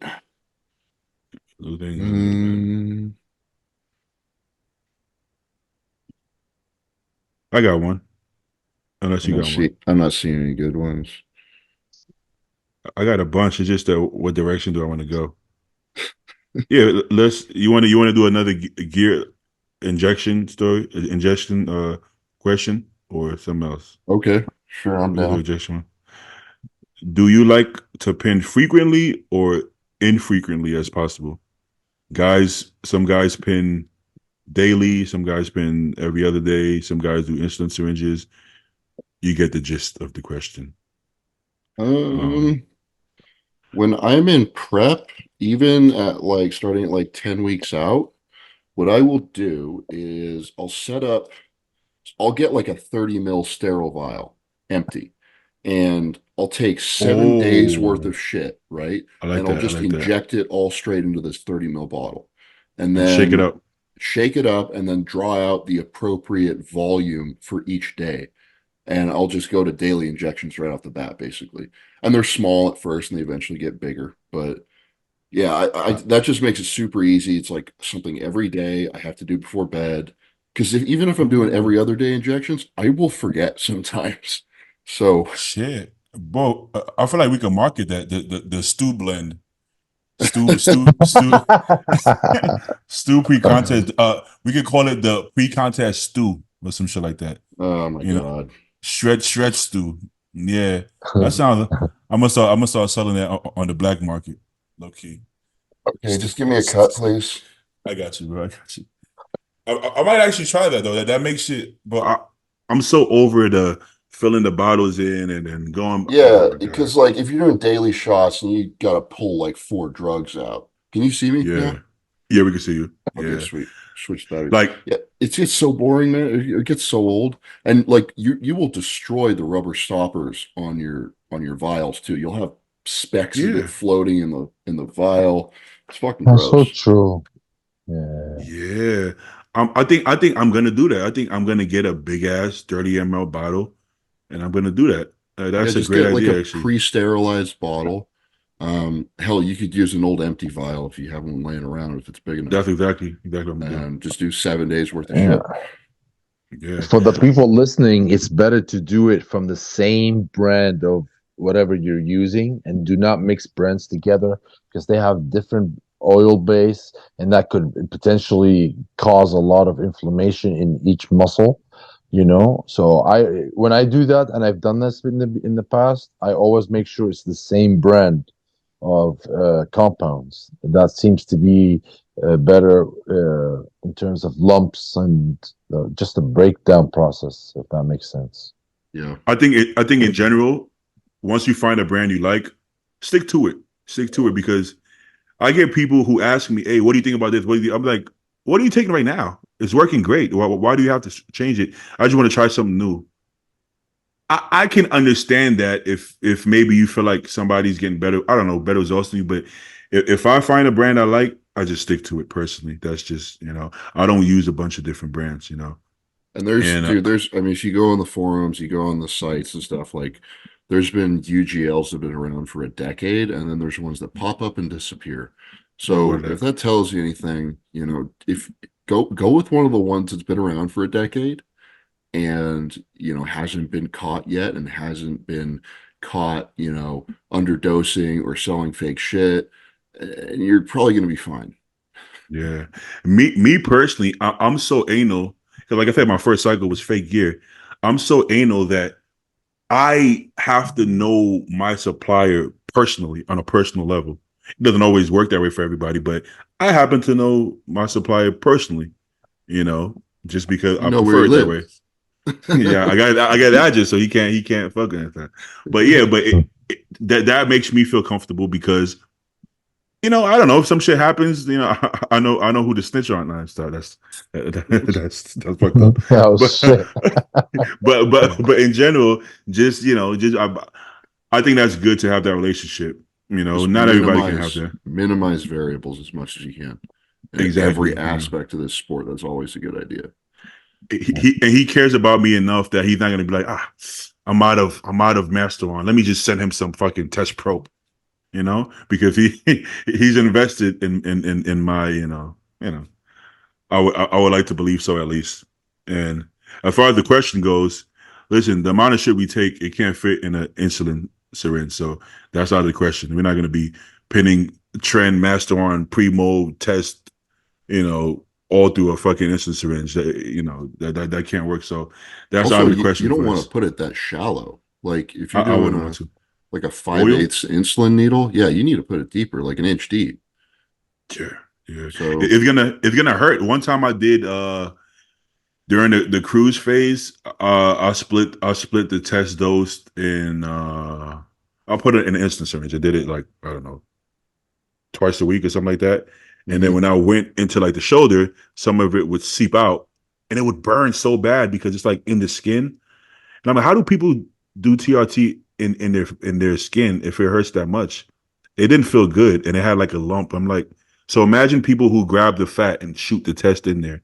Why, bro? Why, I've why, never why, done sub-Q shots. why would you do that? I I don't got know. a insulin needle that's 3/4 of an inch, and it's as thin as a insulin needle. So that's what I use for my test. I feel like I'd bend that. Yeah, only because it's only 200 milligrams. So once I get up in dosages, I do 3 times a week, and whatever fits in 3 times a week. Yeah, that works. It's just But but in prep, like when you're doing everyday shots, short ester, higher volume of oil. I mean, typically by the end of prep, I'm shooting 3 cc a day. Yeah. And I think I'll probably be doing a little less this year because, like I talked about, I'm going to be doing more primo and less trend. And my primo's 200 mgs, not 100. But yeah, I mean, it's just the easiest, simplest way to do it. My little swishy thing, swish around in the bottle. Yeah. Stu gonna be healthy this year. You're gonna be healthy as hell. Yeah. Yeah. Healthy Stu. Yeah. All right, gentlemen. Switching to Primo, that's cool, man. That's awesome. But Feeling like a rich bitch. But gentlemen, I'm starting to go hypo.